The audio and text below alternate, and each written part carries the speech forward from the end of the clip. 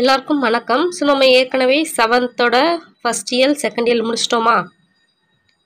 மொழி இயற்கை இதை பற்றி முடிச்சிட்டோமா? அடுத்து நம்ம பார்க்க போகிறது இயல் 3 நாடு சமூகம். ஸோ இதை பேஸ் பண்ணி தான் எல்லாமே இருக்கும். புலி தங்கிய குகை இது பார்த்தோம்னா பாஞ்சை வளம். அதுக்கடுத்து தேசியம் காத்த செம்மல் அப்படின்றவர் யார் நம்மளுக்கு நல்லாவே தெரியும், முத்துராமலிங்க தேவர். அவரை பற்றி வஉசி கப்பலுடைய தமிழரான வஉசி பற்றி பார்க்க போகிறோம். ஸோ இலக்கணத்தை பொறுத்த வரைக்கும் வழக்கு அப்படின்றத பற்றி பார்க்க போகிறோம். சரி, ஓகே, நம்ம போகலாங்களா? ஸோ நாடு அதை நாடு. ஸோ அதில் வந்து என்னெல்லாம் பார்க்க போகிறோம்னா, ஒரு புறநானூறு பாடலை பற்றி பார்க்க போகிறோம். அதே மாதிரி பார்த்தோம்னா கதைப்பாடல் பகுதியை படித்து நயங்கள் அறிதல் ஒரு பாடல் பார்க்க போகிறோம். நாட்டுப்பற்றில் சிறந்து விளங்கிய ஆளுமைகள் குறித்த தகவல் அதை பார்த்தோம் இல்லைங்களா, முத்துராமலிங்க தேவர். அதே மாதிரி பார்த்தோம்னா வஉசி அவரை பற்றி பார்க்க போகிறோம். அதே மாதிரி சொற்கள் மற்றும் தொடர்களின் பயின்று வரும் வினைமுற்றுகளை அறிந்து பயன்படுத்துதல் வழக்கு பற்றி பார்த்தோம் இல்லையா, அதை பற்றி பார்க்க போகிறோம். சரி, ஓகே, ஃபஸ்ட்டு பார்க்கலாம். ஒரு புறநானூறு பாடலான புலி தங்கிய குகை. ஸோ இது பார்த்தோம்னா 17 கீழ்கணக்கு நூல்கள் மேற்கணக்கு நூல்கள் ரெண்டுமே பார்த்தோம்னா நம்மளோட சிலபஸில் வந்து கொடுத்துருக்காங்க. ஸோ அப்படியே ஃபுல்லாக வந்து கொடுத்துருக்காங்க படிக்க சொல்லி. ஸோ இப்படி வந்து நீங்கள் இயல் வைஸாக படித்தாலும் ஓகே, பட் வந்து நான் வந்து சிலபஸ் வைஸ் மொத்தமாக 17 கீழ்கணக்குனா மொத்தமாக எல்லாமே 18 நூல்கள் பற்றின எல்லா தொகுப்பும் ப்ரீவியஸ் கொஷின் ஆகட்டும், அதோட இது எல்லாமே என்னோடய நோட்ஸ் படி பார்த்தோம்னா நான் வந்து நோட்ஸ் வைஸ் வந்து நான் கொடுத்துருக்கேன், வீடியோ வந்து கொடுத்துருக்கேன். 17 கீழ்கணக்கு மேல் கணக்கு அப்படின்னு சொல்லிட்டு நீங்கள் அதை போய் ஃபுல்லாக படித்தாலும் உங்களுக்கு யூஸ்ஃபுல்லாக இருக்கும். இதை இப்படி நீங்கள் தனித்தனியாக படித்தாலும் உங்களுக்கு ஓகே தான். ஸோ அது எப்படின்னு சொல்லிட்டு நீங்கள் பார்த்துக்கோங்க. ப்ளேலிஸ்ட்டில் போய் பார்த்தீங்கன்னா இருக்கும், தமிழ் கம்ப்ளீட் நோட்ஸ் அப்படின்னு சொல்லிட்டு. ஸோ நீங்கள் அதில் பார்த்தீங்கன்னா 17 கீழ்கணக்கு நூல்கள் 3 பார்ட்டு, அதுக்கப்புறம் அது 2 பார்ட்டு அது மாதிரி போட்டிருப்பேன், பாருங்கள் போயிட்டு. சரி, ஓகே, நம்ம இதில் போகலாம். புலி தங்கிய குகை. தமிழர்கள் பழங்காலம் முதலே கல்வியில் வீரத்திலும் சிறந்து விளங்கினர். ஓகேங்களா. நாட்டை காக்க போர்க்களம் செல்வதை நம் முதன்மையான கடமைகளுள் ஒன்றாக கருதினர். கல்வி அறிவும் கவிப்பாடும் திறனும் பெற்ற சங்ககால தாய் ஒருவர் தம் மகனின் வீரத்தை பற்றி பெருமிதத்துடன் கூறும் ஒரு செய்தி தான் அறிவோம். ஸோ புறநானூறு நம்மளுக்கு நல்லாவே தெரியும். ஒரு அதாவது வீரத்தை பற்றியும் அந்த நாட்டோட இது பற்றியுமே வந்து வளத்தை பற்றியுமே வந்து பேசுகிறது தான் அந்த புறநானூறு. அதாவது அகம்னா வீடுன்னு வச்சுக்கோங்கன்னா, வீட்டை தவிர வீட்டில் நடக்கிறது தவிர வெளில நடக்கிறது எல்லாத்த பற்றி சொல்கிறது தான் வந்து புறநானூறு. ஸோ அதில் வந்து ஒரு பாடல் தான். அதாவது ஒரு பொண்ணு வந்து போய் அவங்க அம்மா கிட்ட வந்து உங்கள் மகன் எங்கன்னு கேட்கும்போது அவங்க மகன் வந்து போர்க்களம் போயிட்டாங்க அப்படின்னு சொல்லிட்டு பெருமிதமாக வந்து அவங்க சொல்லிக்கிறாங்க. அதாவது போர்க்களம் போய் அவங்க இறப்பாங்களோ இல்லையோ, பட் அவங்க போர்க்களம் போகிறதே வந்து பெருமையாக வந்து சொல்கிறாங்க. ஸோ அதை தான் வந்து எப்படி சொல்கிறாங்க அப்படின்றத வந்து பார்க்கலாம். சிற்றில் நற்றுன் பற்றி நின்மகன் யாண்டு உளனோ என வினவுதி என்மகன் யாண்டு உளன் ஆயினும் அறியேன் ஓரும் புலி சேர்ந்து போகிய கல்லணை போல ஈன்ற வயிறோ இதுவே தோன்றுவன் மாதோ போர்க்களத்தானே அப்படின்னு சொல்கிறாங்க. ஸோ இந்த புறநானூறு எழுதுனது யார் பார்த்தோம்னா காவற்பெண்டு. ஸோ புறநானூறு நூல் பார்த்தோம்னா ஒருத்தங்களே எழுத கிடையாது, நிறைய பேர் எழுதியிருப்பாங்க. அதெல்லாம் சேர்த்து தான் புறநானூறு அப்படின்னு சொல்லிட்டு ஒன்று இருக்குது. இது பார்த்தோம்னா காவற்பெண்ணு சொல்லிட்டு ஒரு பெண்பால் புலவர் வந்து எழுதுனது. அதான் இருக்கிற சிறப்பே அதுதான். என்னன்னு பார்க்கலாம். சிறுகுடலின் அழகிய துணை பற்றி நின்று என் மகன் எங்கே என்று வினவும் பெண்ணே அவன் இருக்கும் இடம் யான் அறியேன் புலி தங்கி சென்ற குகை போல அவனை பெற்ற வயிறு இங்குள்ளது ஒருவேளை அவன் போர்க்களத்தில் இருக்கக்கூடும் அப்படின்னு சொல்லிட்டு சொல்கிறாங்க. ஓகேங்களா. ஸோ இப்போ சொல்லும் பொருள் பார்க்கலாம். சிற்றில்னா சிறு வீடு. அதாவது எப்படி பிரிக்கலாம்னா சிற்றில சிறு கூட்டல் வீடு, சிறு கூட்டல் இல் அப்படின்னு சொல்லிட்டு பிரிக்கலாம். சிறுனா சின்னது நம்மளுக்கு தெரியும், இல்லுனா வீடு, அதாவது சிற்றில்னா சிறு வீடு அப்படின்றாங்க. ஓகே, நெக்ஸ்ட் யாண்டு அப்படின்னா எங்கே, கல் அலை அப்படின்னு பார்த்தோன்னா கற்குகையை தான் கல் அலை அப்படின்றாங்க. ஈன்ற வயிறு பெற்றெடுத்த வயிறு. ஓகே, பொருள் என்ன பார்க்கலாம். சால்புடைய பெண்ணொருத்தி புலவரின் வீட்டிற்கு சென்று அன்னையே உன் மகன் எங்கு உள்ளான் என்று கேட்டாள். சிறு அளவிலான எம் வீட்டின் தூணை பற்றி கொண்டு ஏதும் அறியாதவள் போல் நீ உன் மகன் எங்கே என்று என்னை கேட்கிறாய். அவன் எங்குள்ளான் என்று எனக்கு தெரியவில்லை. ஆயினும் புலி தங்கி சென்ற குகை போல அவனை பெற்றெடுத்த வயிறு என்னிடம் உள்ளது. அவன் இங்கில்லை எனில் போர்க்களத்தில் இருக்கக்கூடும், போய் காண்பாயாக என்று புலவர் பதிலளித்தார். ஸோ இதான் மீனிங். அடுத்து பார்க்கலாம். நூல்வெளி முக்கியமானது. ஸோ காவற்பெண்டு தான் இது எழுதுனாங்கன்னு பார்த்தோம் இல்லையா. ஸோ புறநானூற்றில் இந்த பாடல் மட்டும் தான் வந்து இப்போ காவற்பெண்டு எழுதியிருக்காங்க. இதே மாதிரி நிறைய புலவர்கள்லாம் வந்து எழுதியிருப்பாங்க புறநானூறு பாடல். ஸோ வந்து மொத்தமாக புறநானூறு அப்படின்னு சொன்னோடனே காவற்பெண்டு அப்படின்னு நினச்சிக்க கூடாது.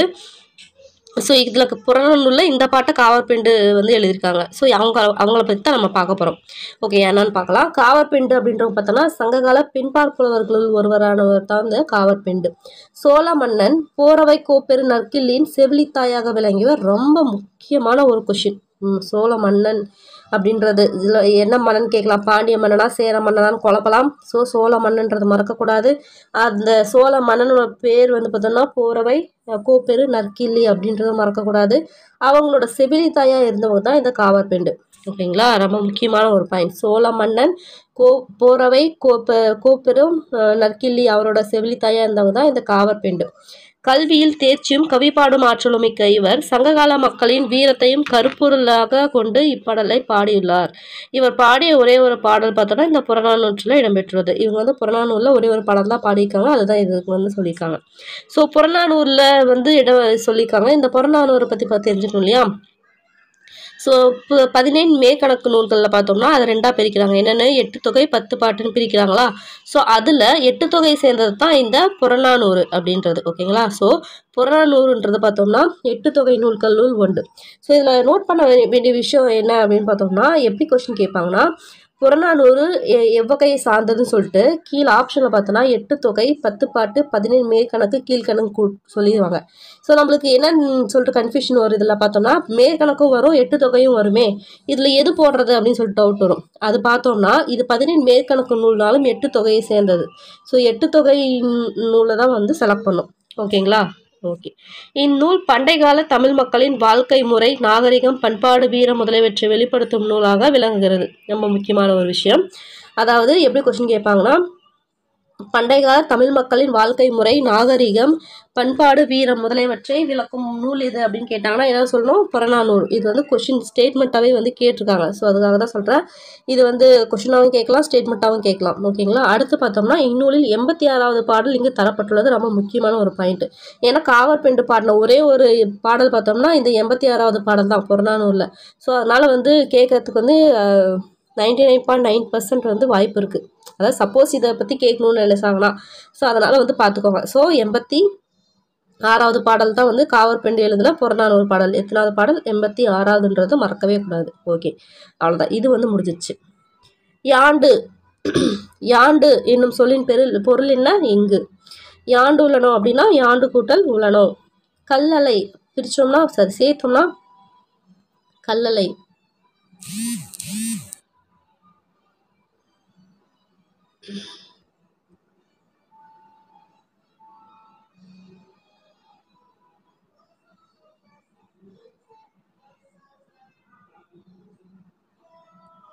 அடுத்து பார்த்தோம்னா பாஞ்சை வளம் அப்படின்னு சொல்லிட்டு ஒரு நாட்டுப்புற பாடல் மாதிரி வச்சுக்கோங்களேன். அதை தான் பார்க்க போகிறோம். ஸோ தமிழ்நாட்டில் பல வகையான நாட்டுப்புற இலக்கியங்கள் வழங்கி வருகின்றன. அவற்றுள் கதைப்பாடல் என்பது கதை தழுவிய நிலையில் அமையும் பாடல் ஆகும். இது சமூகத்தை பாடல், வரலாற்று கதைப்பாடல், புராண கதைப்பாடல் என பல வகைப்படும். வீரபாண்டிய கட்டபொம்மனின் வரலாற்றை கூறும் கதைப்பாடலின் ஒரு பகுதியை தான் அறிவோம். இதிலே வந்து கொஷின் ஏரியா வந்து இருக்குது. என்னன்னு சொல்லிட்டு பார்த்தோம்னா, அதாவது நாட்டுப்புற இலக்கியத்தில் ஒரு வகையானதான் இந்த கதைப்பாடல். கேட்கலாம், கதைப்பாடல் எந்த வகையை சேர்ந்தது, எந்த இலக்கியத்தில் சேர்ந்ததுன்னு பார்த்தோம்னா நாட்டுப்புற இலக்கியத்தில் சேர்ந்தது தான் இந்த கதைப்பாடல். இந்த கதைப்பாடலே 3ஆக பிரிச்சிருக்காங்க. எத்தனை வகையாக பிரிச்சிருக்காங்கன்னு சொல்லிட்டு கேட்கலாம். 3ஆக பிரிச்சிருக்காங்க. ரொம்ப முக்கியம். அது என்னென்ன அப்படின்னு சொல்லி பார்த்தோம்னா, சமூகத்தை பற்றி பாடுறது தான் சமூக பாடல். வரலாற்று கதைனா இப்போ ஃபார் எக்ஸாம்பிள் பார்த்தோம்னா வீரபாண்டிய கட்டபொம்மனோட வரலாறு இருக்கு இல்லையா. ஸோ அதை பற்றி பாடுறது தான் அந்த வரலாற்று கதைப்பாடல். நெக்ஸ்ட் பார்த்தோன்னா புராண கதைப்பாடல் தான் மகாபாரதம், ராமாயணத்தை வச்சு மட்டும் எடுத்து ஒரு அந்த பர்டிகுலர் பாட்டு எடுத்து அதை பாடுறது தான் பார்த்தோம்னா புராண கதைப்பாடல். ஸோ வரலாறு, சமூகம், வரலாறு, அது அடுத்து தான் புராணம். ஓகேங்களா. ஓகே, இங்கே நான் பார்க்க போகிறது கட்டபொம்மனோட இதை தான் பார்க்க போகிறோம். ஓகே, சுத்த வீர சூரன் கட்டபொம்முதுரை. ஓகே, சுத்த வீர சூரன் கட்டபொம்முதுரை துலங்கும் பாஞ்சை வளங்கள் சொல்வேன், நாட்டு வளங்களை சொல்கிறேன், பாஞ்சை கோட்டை வளங்களை கேளுமையா. கோட்டைகளாம் சுத்து கோட்டைகளாம், மதில் கோட்டைகள் தான் கெட்டி வேலைகளாம், வீட்டிலுயர் மணி மேடைகளாம், மெத்தை வீடுகளாம் மதிலோடைகளாம், பூட்டும் கதவுகள் நேர்த்திகளாம், பண பொக்கிஷ வீடும் பார் ஜாஸ்திகளாம், ஆசார வாசல் அலங்காரம், துரை ராசகட்டபொம்மு சிங்காரம், ராசாதிராசன் அரண்மனையில் பாஞ்சை நாட்டரசன் குழுவீற்றிருந்தான், விந்தையாக தெருவீதிகளும் வெகு விஸ்தாரமாய் கடைவாசல்களும் நந்தவனங்களும் சந்தன சோலையும் அங்கே நதியும் செந்நெல் கமுகளும் வாரண சாலை ஒரு புறமாம் பரிவளரும் சாலை ஒரு புறமாம் தோரணமேடை ஒரு புறமாம் தெரு சொக்கட்டான் சாரியல் ஓர் புறமாம் சோலையில் மாங்குயில் கூப்பிடுமாம் வளம் சொல்லி மயில் விளையாடிடுமாம் அன்பு வளர்ந்தேறும் பாஞ்சல நாட்டில் சில அதிசயம் சொல்கிறேன் கேளுமையா முயலும் நாயை விரட்டிடுமாம் நல்ல முனையுள்ள பாஞ்சால நாட்டினில்லை பசுவும் புலியும் ஒரு துறையில் வந்து பால் குடிக்கும் தண்ணீர் தான் குடிக்குமா கறந்த பாலையும் காகம் குடியாது எங்கள் கட்டபொம்மதுரை பேரு சொன்னார் வரந்தருவாளி சக்கமாதேவி திருவாக்கருள் செய்வாளி சக்காதேவி. அதாவது சக்காதேவினா சக்கமாதேவின்னுவாங்க. அதுதான் அவங்க ஒய்ஃபு பேர் வந்து அடிக்கடி சொல்லுவாங்க சக்கம்மான்னு. அதான் வந்தருவாளி சக்கதேவி திருவாக்கருள் செய்வாளி சக்கதேவி அப்படின்னு சொல்லிட்டு ஒரு பாடல் வந்து பாடியிருக்காங்க. பாஞ்சை வளத்தை பற்றி, அதாவது கட்டபொம்மன் ஆட்சி செஞ்சது தான் அந்த பாஞ்சாலங்குறிச்சி இல்லையா. ஸோ அந்த பாஞ்சாலங்குறிச்சியில் வந்து எந்த அளவுக்கு ஒரு அந்த நாட்டு வளம் வந்து இருந்திருக்கு அப்படின்றது வந்து கொஞ்சம் பெருமிதமாக வந்து சொல்லியிருக்காங்க. அதுதான் இது. சரி, ஓகே. சொல்லும் பொருளும் பார்க்கலாம். சூரன்னா வீரன், பொக்கிஷம்னா செல்வம், சாஸ்தினா மிகுதி, விஸ்தாரம்னா பெரும்பரப்பு, வாரணம்னா யானை, பரி குதிரை, சிங்காரம்னா அழகு, கமுகுனா பாக்கு. ஸோ அந்த பாடலோட பொருள் பார்க்கலாம். குறையில்லாத வீரனாகிய கட்டபொம்மன் இருந்து ஆட்சி செய்யும் பாஞ்சாலங்குறிச்சியின் வளங்களை கூறுகின்றேன். அந்நாட்டின் வளத்தையும் பாஞ்சாலங்குறிச்சி கோட்டையின் வளத்தையும் கேளுங்கள். அந்நகரில் பல சுற்றுகளாக கோட்டைகள் இருக்கும். அவை மதில்களால் சூழப்பட்டவையாக மிகவும் வலிமையாக கட்டப்பட்டிருக்கும். வீடுகள் தோறும் மணிகளால் அழகு செய்யப்பட்ட மேடைகள் இருக்கும். வீடுகள் எல்லாம் மதில்களால் சூழப்பட்ட மாடி வீடுகளாக இருக்கும். வீட்டு கதவுகள் மிகவும் நேர்த்தியாகவும் வீடுகள் செல்வம் நிறைந்தவையாகவும் இருக்கும். அரண்மனை வாயில் முறைப்படி அழகுபடுத்தப்பட்டு இருக்கும். அழகு மிகுந்த அரசனாகிய கட்டபொம்மன் அரசவையில் வீற்றிருப்பான். புதுமையான தெருவீதிகளும் பெரும்பரப்பில் அமைந்த கடைகளும் இருக்கும். பூஞ்சோலைகளும் சந்தன மரச்சோலைகளும் ஆறுகளும் நெல் வயல்களும் பாக்குத்தோப்புகளும் அந்நாட்டில் அழகு சேர்க்கும். யானை கூடமும் குதிரை கொட்டிலும் ஒரு புறமும் இருக்கும். தோரணங்கள் கட்டப்பட்ட மேடையும் தாயமாடுவதற்கான இடமும் ஒரு பக்கம் இருக்கும். சோலைகளில் குயில்கள் கூவும். மயில்கள் நாட்டின் வளத்தை கூறி விளையாடும். அன்பு வளரும் நாடாகிய பாஞ்சாலங்குறிச்சியில் நிகழும் சில விந்தைகளை சொல்கிறேன். வீரமிகுந்த நாடாகிய பாஞ்சாலங்குறிச்சியில் உள்ள முயலானது தன்னை பிடிக்க வரும் வேட்டை நாயை எதிர்த்து விரட்டிவிடும். பசுவும் புலியும் நீர்நிலையில் ஒரே துறையில் நின்று பால் போன்ற தண்ணீரை குடிக்கும். மன்னன் கட்டபொம்மனின் பெயரை சொன்னால் கறந்து வைத்த பாலை கூட காகம் குடிக்காது. சக்கமாதேவி பாஞ்சாலங்குறிச்சிக்கு திருவாக்கு அருள்வாள் அப்படின்னு சொல்லிட்டு சொல்றாங்க. ஓகே, நூல்வெளி பார்க்கலாம். கட்டபொம்மன் கதைப்பாடல்கள் பல வடிவங்களில் வழங்கி வருகின்றன. அவை பலரால் பதிப்பிக்கப்பட்டுள்ளன. நம் பாடப்பகுதி பார்த்தோம்னா நான் வானமாமலை தொகுத்து வெளியிட்டுள்ள வீரபாண்டிய கட்டபொம்மு கதைப்பாடல் என்னும் நூலில் இருந்து எடுக்கப்பட்டது. ஸோ முக்கியமான பாயிண்ட் என்ன இதில் பார்த்தோம்னா, பாஞ்சை நாட்டு வளம் தான் இதோட டைட்டில். ஸோ அந்த பாஞ்சை நாட்டு வளம் அப்படின்றத வந்து தொகுத்தது யாரு, எழுதுனது கிடையாதுங்க. தொகுத்தது யாருன்னு பார்த்தோம்னா நான் வானமாமலை. இது வந்து ஸ்டேட்மெண்ட்டில் கொடுத்து கேட்கலாம், அதுக்காக தான் சொல்கிறேன். எழுதுனது கிடையாது, தொகுத்து வெளியிட்டுள்ள வீரபாண்டிய கட்டபொம்மு கதைப்பாடல். நான் யார் அதை தொகுத்தது பார்த்தோம்னா நான் வானமாமலை. ஓகேங்களா, நான் வானமாமலை வீரபாண்டிய கட்டபொம்மு கதைப்பாடல் அப்படின்னு சொல்லி தொகுத்து வெளியிட்டிருக்காரு. ஓகேங்களா, வானமாமலை வீரபாண்டிய கட்டபொம்மு கதைப்பாடல். ஓகே, ஊர்வலத்தில் முன்னால் என்ன இருக்கும்? வாரணம். வாரணம்னா யானையிலேயே வாரணம் அசைந்து வந்தது. பாஞ்சாலங்குறிச்சியில் எது பார்த்தோம்னா நாயை விரட்டிடும் முயல். மெத்தை வீடு என்று குறிப்பிடுவது என்னது? மாடி வீடு, அதை தான் மெத்தை வீடுன்னுவாங்க. ஓகே, பூட்டும் கதவுகள். பூட்டும் கூட்டல் கதவுகள். தோரண மேடை. தோரணம் கூட்டல் மேடை. வாசல் அலங்காரம். வாசல் அலங்காரம். ஓகே, அடுத்து பொறுத்துக. பொக்கிஷம் செல்வம், சாஸ்தி மிகுதி, விஸ்தாரம் பெரும்பரப்பு, சிங்காரம் அழகு. அவ்வளோதான் போச்சு. ஓகே, அடுத்து பார்க்கலாம். இது ரொம்ப முக்கியமான ஒரு லெசன் சொல்லலாம். ஸோ 6th கூட நம்ம இதை பார்த்துருக்கோம். அதாவது ஓல்டு புக்கில் பார்த்துருக்கோம். அந்த மாதிரி 7th கொடுத்துருக்காங்க. ஸோ அப்படின்னும் போது ஐஎன்எம்லேயும் சரி இதுலேயும் எந்த அளவுக்கு ஒரு முக்கியம்னு சொல்லிட்டு உங்களுக்கே தெரியும். அதனால் இந்த லெசன் வந்து கொஞ்சம் கவனிப்பாக பார்த்து நோட் பண்ணிக்கோங்க. போகலாமா? தமது தொண்டால் மக்களின் உள்ளங்களை கவர்ந்த தலைவர்கள் பலர். நாட்டின் விடுதலைக்காக பாடுபட்டோர் பலர். சமுதாய பணி செய்தோர் பலர். அரசியல் பணி செய்தோர் பலர். இவை அனைத்தையும் ஒரு சேர செய்து புகழ்பெற்ற தலைவர் தான் நாம் முத்துராமலிங்க தேவர். ஓகேங்களா. தேசியம் உடல் தெய்வீகம் உயிர் என கருதி மக்கள் தொண்டு செய்தவர் தான் பசும்பொன் முத்துராமலிங்க தேவர். அதாவது என்ன சொல்ல வராங்கன்னா, அதாவது தேசம் அப்படின்றத பத்தினா உடல்னும், தெய்வீகம் அப்படின்றத உயிர் அப்படின்னு சொல்லி கருதி இவர் வந்து மக்கள் தொண்டு செஞ்சாங்க அப்படின்னாங்க. ஸோ இது வந்து கொஸ்டின் ஏரியா. இவர் வந்து எதை வந்து உடலாகவும் எதை வந்து உயிராகவும் கருதினாரு அப்படின்னு சொல்லிட்டு இதை மாற்றி போட்டு கூட கேட்கலாம். ஸோ இதிலே வந்து மாற்றி போட்டு கேட்டால் வந்து கன்ஃபியூஸ் ஆகக்கூடாது. ஸோ உடல் பார்த்தோம்னா தேசியம், உயிர் பார்த்தோம்னா தெய்வீகம். அதாவது உடல் மண்ணுக்கு உயிர் இது அப்படின்னு சொல்லுவாங்களே. ஸோ அப்படின் போது உடல் மண்ணுனாவே என்னது தேசம் தானே. ஸோ அதனால உடல் தேசியம், தெய்வீகம் உயிர் அப்படின்னு ஞாபகம் வச்சுக்கலாம். இவர் வீர பேச்சால் எத்தனையோ தியாகிகளையும் விவேக பேச்சால் எத்தனையோ அறிவாளிகளையும் உருவாக்கியுள்ளார். ஸோ இவர் என்ன பண்ணியிருக்காரு, வீர பேச்சால தியாகிகளையும் விவேக பேச்சால் எத்தனையோ அறிவாளிகளையும் உண்டாக்கினார். ஸோ வந்து இது எப்படி ஞாபகம் வச்சுக்கலாம்னா, வீரம் நம்ம அதாவது வீரமாக நம்ம பேசும்போது என்ன ஆவாங்க, நிறைய பேர் வந்து எழுச்சி அடைஞ்சு என்ன பண்ணுவாங்க, நாட்டுக்காக தியாகம் பண்ணணும் போவாங்களா, அதான் தியாகிகள். விவேக பேச்சால் அறிவாளிகள்னா நம்ம விவேகமாக ஒருத்தவங்க வந்து நம்ம சொல்கிறோம் அப்படின்னா அவங்க என்ன ஆவாங்க, அறிவாளி ஆவாங்க. அதுதான் உண்மை. ஸோ அதான் வந்து விவேக பேச்சால் அறிவாளி உண்டாக்கினார் அப்படின்னு சொல்லிட்டு சொல்கிறாங்க. அதே மாதிரி உண்மையை மறைக்காமல் வெளியிடுவதில் தனித்துணிச்சல் பெற்றவர் யாருன்னு பார்த்தோம்னா இவர் தான்.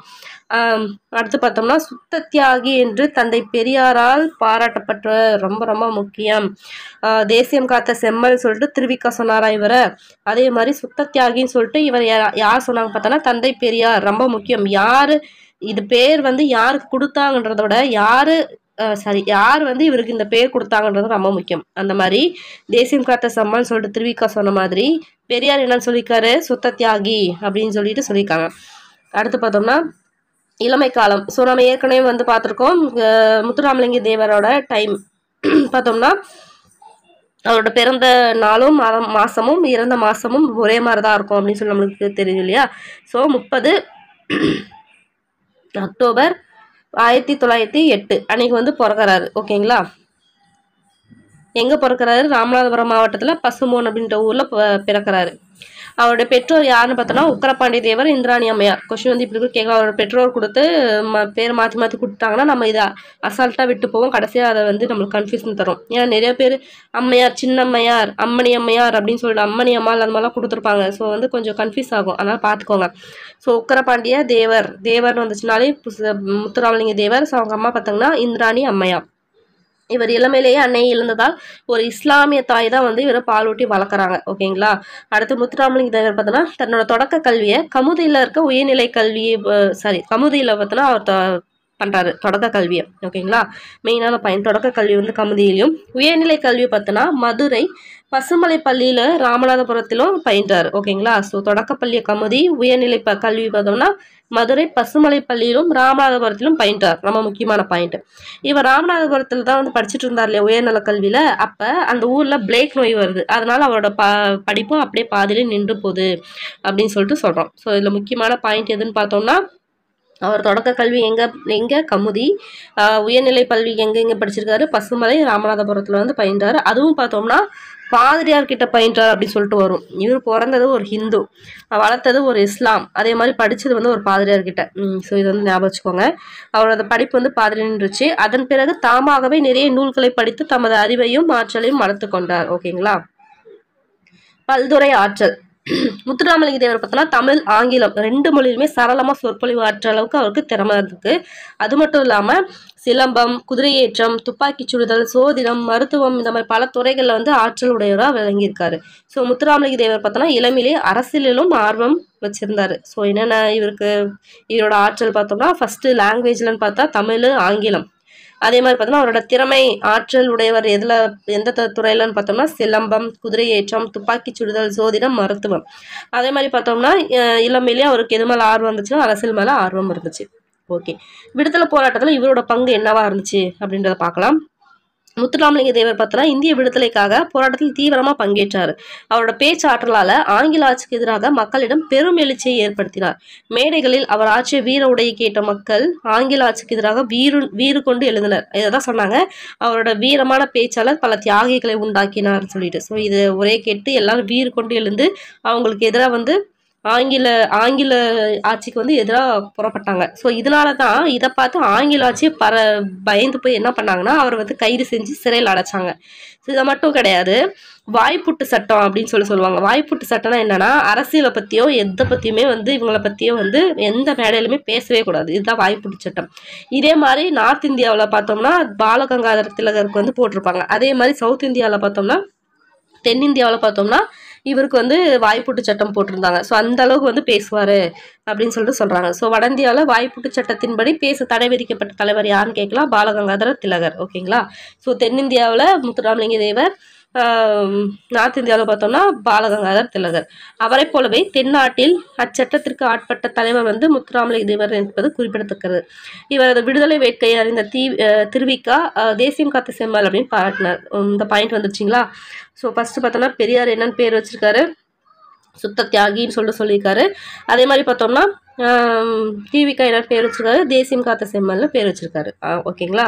அடுத்து பார்த்தோம்னா நேதாஜியுடன் தொடர்பு. ஓகே, வங்கச்சிங்கம் என்று போற்றப்பட்ட நேதாஜி சுபாஷ் சந்திர போஸ். ஓகேங்களா. ஸோ இது முக்கியமான பாயிண்ட். வங்கச்சிங்கம் யாரு? ஸோ வங்கச்சிங்கம் அப்படின்றவர் யாரு? வங்கம்னாவே நம்மளுக்கு தெரியும் நார்த் இந்தியா தான். ஸோ சிங்கம் அப்படின்னாலே நேதாஜி சுபாஷ் சந்திர போஸ். இதே மாதிரி பார்த்தோம்னா பஞ்சாபோட சிங்கம்னு சொல்லுவாங்க. சரி, பஞ்சாப் கேசரின்னு சொல்லுவாங்க. அவங்க யாருன்னு தெரியுங்களா? லாலா லஜபத் ராய். எப்படின்னாலும் கேட்கலாம். அதாவது பஞ்சாப் கேசரினா இது வந்து ஹிந்தி, இல்லைன்னா சிங்கம் சொல்லுவாங்க அப்படின்னு சொல்லுவாங்க. அதே மாதிரி பஞ்சாப் லயன் அப்படின்னு சொல்லுவாங்க. பஞ்சாபோட சிங்கம் அப்படின்னாலுமே லாலா லஜபத் ராய். இதே வங்கம்னா பெங்காலோட சிங்கம், வங்க சிங்கம், பெங்கால் லயன் அப்படின்னாலே நேதாஜி சுபாஷ் சந்திர போஸ். ஓகேங்களா. ஓகே, அவரை தமது அரசியல் குருவாக ஏற்றுக்கொண்டார். ஸோ ஒவ்வொருத்தருக்கும் ஒரு அரசியல் குரு இருப்பாங்க இல்லையா. ஸோ எப்படி காந்திஜிக்கு கோகலே, அதுக்கப்புறம் பார்த்தோன்னா வேற யார் சொல்லலாம், காமராஜுக்கு சத்தியமூர்த்தி, இந்த மாதிரிலாம் பார்த்தோம்னா நிறைய பேர் இருக்காங்க இல்லையா. அந்த மாதிரி நேதாஜி சுபாஷ் சந்திர போஸ் வந்து யாருக்கு அரசியல் குரு பார்த்தோம்னா முத்துராமலிங்க தேவர். ரொம்ப ரொம்ப முக்கியமான விஷயம் இது. ஐஎன்எம்லையும் எதிர்பார்க்கலாம், தமிழ்லையும் எதிர்பார்க்கலாம். ஸோ நேதாஜி சுபாஷ் சந்திர போஸ் வந்து பார்த்தோம்னா முத்துராமலிங்க தேவரோட அரசியல் குரு. ஸோ இவர் வந்து என்ன பண்ணுறாருன்னா நேதாஜி சுபாஷ் சந்திர போஸை வாங்க அப்படின்னு சொல்லி கூப்பிட்றாரு. அது வந்து எப்போ இவர் அந்த அழைப்பை ஏற்றுக்கிட்டு எப்போ இவர் வராரு மதுரைக்கு பார்த்தோம்னா 1939ஆம் ஆண்டு செப்டம்பர் திங்கள் 6ஆம் நாள், அதாவது 6/9/1939. ஸோ 9/6 அப்படின்னு முடியாது, அதை 6/9/1939 பார்த்தோன்னா வராரு. எங்கே வராரு? மதுரைக்கு வராரு நேதாஜி. நேதாஜி தொடங்கிய இந்திய தேசிய இராணுவத்தில் பார்த்தோம்னா முத்துராமலிங்க தேவரோட முயற்சியால் ஏராளமான தமிழர்கள் இணைந்தனர். விடுதலைக்கு பின் நேதாஜி என்னும் பெயரில் வார இதழ் ஒன்றையும் நடத்தினார். இது எல்லாமே முக்கியமான பாயிண்ட் தான். ஃபர்ஸ்ட் பார்த்தோம்னா வங்கச்சிங்கம் யாரு? நேதாஜி சுபாஷ் சந்திர போஸ். அவர் யாரோட அரசியல் குரு? முத்துராமலிங்க தேவரோட அரசியல் குரு. எப்போ வந்து இவர் வந்து எப்போ கூப்பிட்றாரு பார்த்தோம்னா, கூப்பிட்றாரு வர சொல்லி. அவரோட அழைப்பை ஏற்றுட்டு சுபாஷ் சந்திர போஸ் எப்போ வராரு மதுரைக்கு பார்த்தோம்னா 6/9/1939 வந்து வருஷம் வந்து வராரு. வந்ததுக்கப்புறம் நேதாஜி சுபாஷ் சந்திர போஸ் தொடங்கிய இந்திய தேசிய இராணுவத்தில் இவரோட முத்துராமலிங்க தேவரோட முயற்சியால் நிறைய பேர் சேர்றாங்க.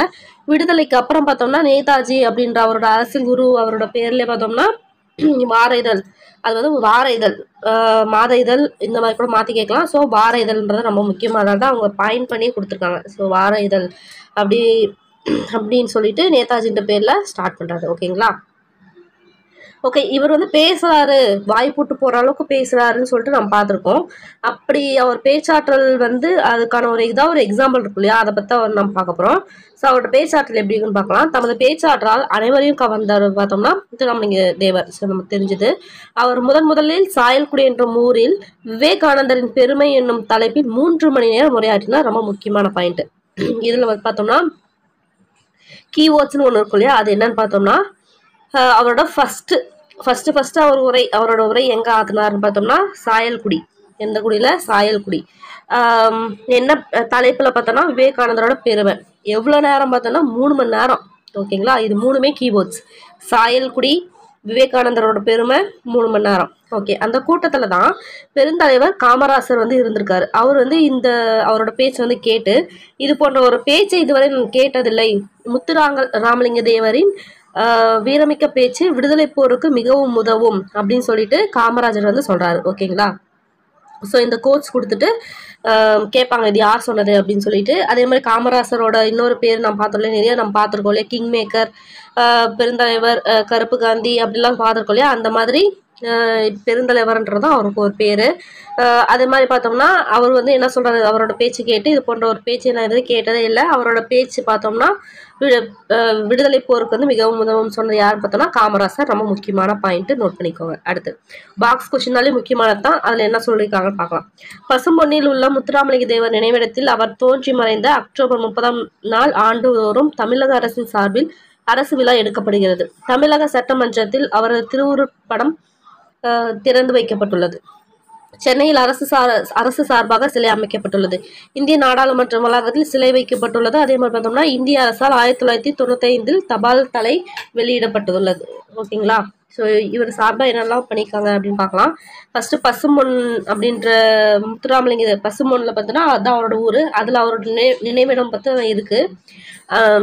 அந்த அவரோட நினைவிடத்தில் அவர் என்னைக்கு இறந்தாரோ அந்த அக்டோபர் 30ஆம் நாள் 30/10 அப்போ தானே இறந்து போனார். அவரோட பர்த்டேவும் டெத் டேட்டும் பார்த்தோம்னா ஒரே மாதிரி தான் இருக்கும். ஸோ அந்த அன்னைக்கு பார்த்தோம்னா அரசு சார்பில் விழா எடுக்கிறாங்கன்னு சொல்கிறாங்க. அது ஃபர்ஸ்ட் பாயிண்ட்.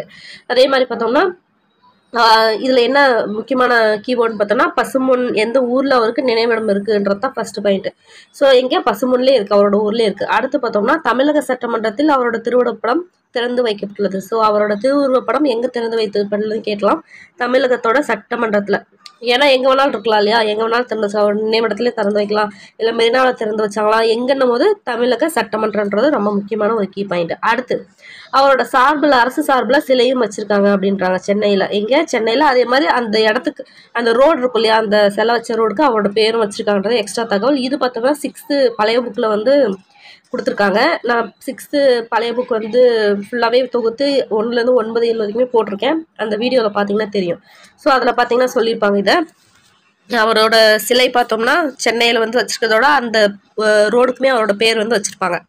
அதே மாதிரி பார்த்தோம்னா இந்திய நாடாளுமன்ற வளாகத்திலும் சிலை வச்சுருக்காங்க. ஸோ தமிழக சட்டமன்றத்தில் என்ன பண்ணியிருக்காங்க, அவருக்கு திருவுருவ படம் வந்து அதில் வச்சுருக்காங்க.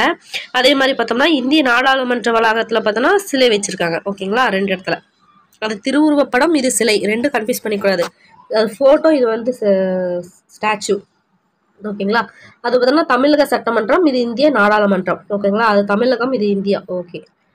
இந்திய அரசால் பார்த்தோன்னா என்னைக்கு தபால் தலை ரொம்பவே முக்கியமான ஒரு பாயிண்ட். 1995 1995 வச்சுருக்காங்கன்றது ரொம்ப முக்கியமான ஒரு பாயிண்ட். இதில் இருக்க ஒவ்வொரு லைனுமே முக்கியம், நோட் பண்ணி படிச்சுக்கோங்க.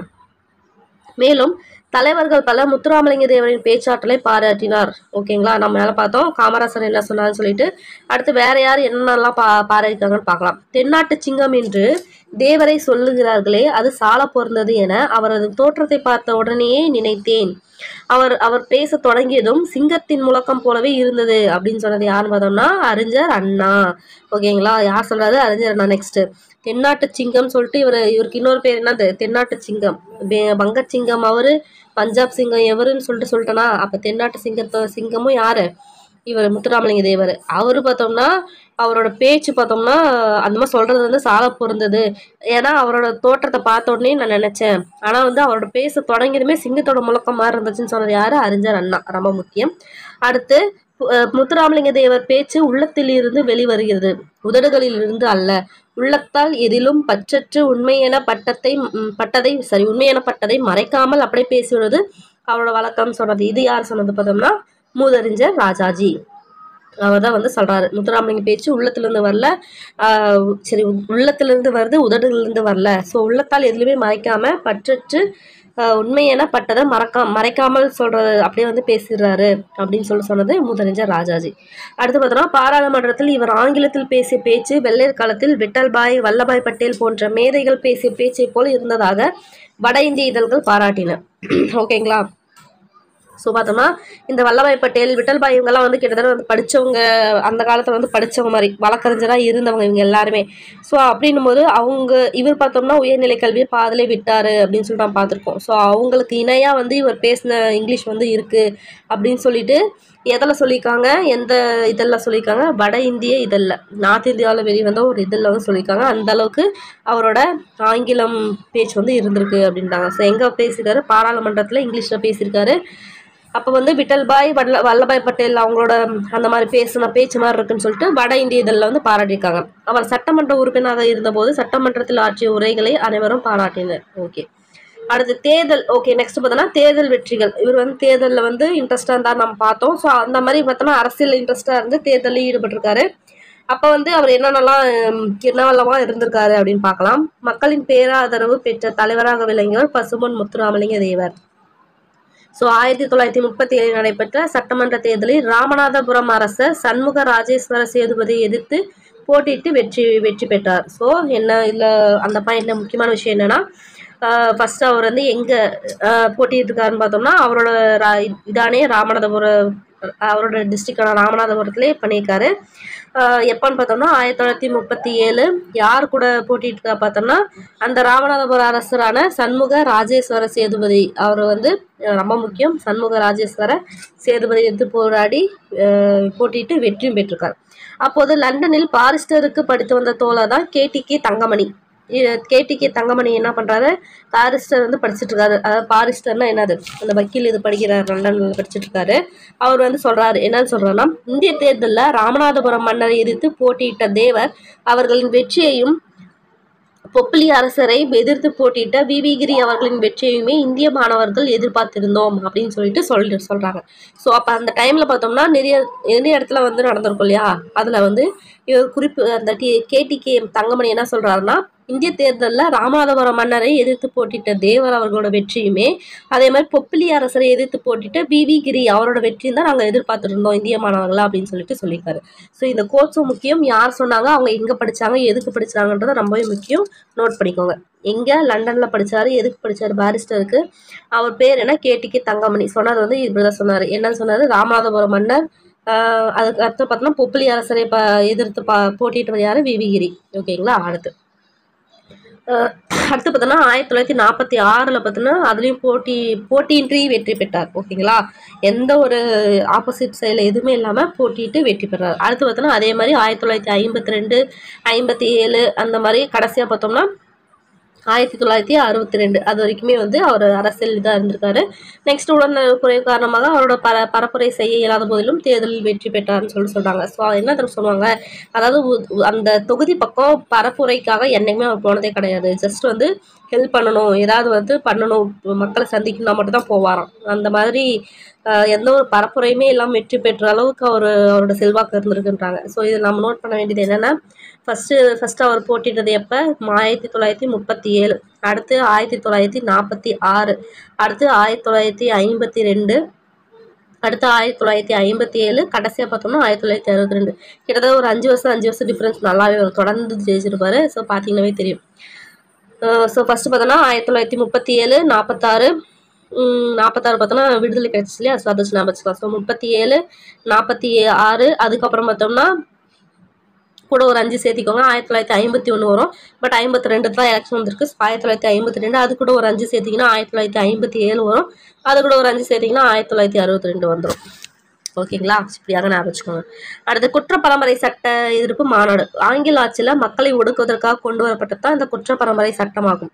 அதாவது இந்த குற்றப்பரம்பரை சட்டன்றதை பார்த்தோம்னா அதுக்கு அர்த்தம் என்னன்னா, பிறப்பால ஒருவரை குற்றவாளியாக கருதும் அதாவது பிறப்பால ஒருத்தர் வந்து குற்றவாளியாக கருதும் சட்டம் தான் அந்த சட்டம். அதாவது ஃபார் எக்ஸாம்பிள் இப்போ என்னோட அப்பா வந்து அந்த திருடுறதோ அந்த டைம்ல வந்து ரொம்ப கலகம் பண்றவர், தப்பு பண்ணி ஜெயிலுக்கு போனவர் அப்படின்னா இப்போ என்ன பண்ணுவாங்கன்னா, இப்போ நான் வந்து பிறந்தனா, பட் நான் வந்து எந்த தப்பு செய்யலை, நான் வந்து எந்த குற்றமும் பண்ணல. பட் இருந்தாலுமே என் அப்பா வந்து திருடன், என் அப்பா வந்து கொலைகாரன்றதுனால நானும் வந்து குற்றவாளி, அந்த குற்ற பரம்பரையை சேர்ந்தவங்க தான் அப்படின்னு சொல்லிட்டு ஒதுக்கி வச்சிருவாங்க. அததான் குற்றப்பரம்பரை சட்டம் அப்படின்வாங்க. நம்மளோட முன்னோர்கள், நம்ம முன்னாடி வந்த சந்ததிகள் வந்து அவங்க செஞ்ச தப்புக்காக அந்த பரம்பரையே சுத்தமாக குற்றப்பரம்பரைன்னு சொல்லிட்டு ஒதுக்கி வைக்கிற சட்டம் தான் இந்த குற்றப்பரம்பரை சட்டம். ஸோ இதனால வந்து பார்த்தோம்னா அந்த சட்டத்தை நீக்குவதற்காக மக்களை திரட்டி பல மாதிரி வந்து போராட்டங்கள் நடத்தினார் இந்த முத்துராமலிங்க தேவர். ஓகேங்களா. ஸோ 1934 மே 12, 13 அந்த தேதியில் பார்த்தோன்னா கமுதியில் குற்றப்பரம்பரை சட்ட எதிர்ப்பு மாநாட்டை நடத்தினார். ஸோ கேட்பாங்க, ரொம்ப முக்கியமான ஒரு பாயிண்ட்டு. எப்போ பார்த்தோம்னா 12, 13 இந்த 2 தேதி மே மாதம் 1934 பார்த்தோம்னா கமுதியில் அவர் படித்தார் இல்லையா, தொடக்க கல்வி படித்தாலே அந்த கமுதியிலே குற்ற பரம்பரை சட்டத்தை எதிர்த்து மாநாட்டை வந்து நடத்தினார். ஏன்னா டேட் என்ன, 12/13 மே மாதம் 1934. ஓகேங்களா.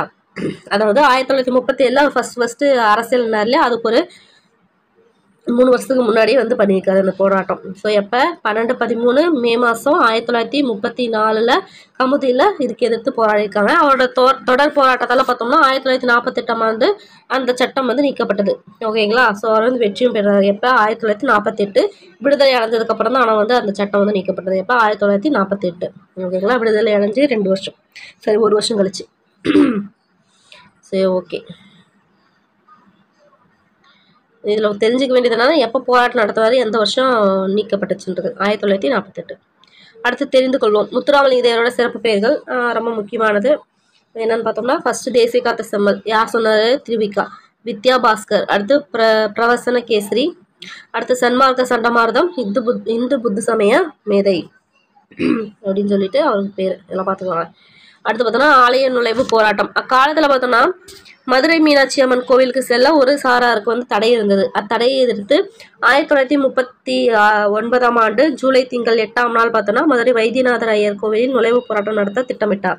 அதனை எதிர்த்து அர்ச்சகர்கள் ஆலய பணியை புறக்கணித்தனர். தேவர் திருச்சுழியில் இருந்து அர்ச்சகர்கள் 2 அழைத்து வந்து ஆலய நுழைவு போராட்டத்தை வெற்றி பெற செய்தார். ஓகேங்களா. ஸோ இதில் நோட் பண்ண வேண்டிய விஷயம் என்னன்னா, ஆலய நுழைவு போராட்டம் எங்கே நடந்துச்சுன்னா மதுரை மீனாட்சி அம்மன் கோவிலில்.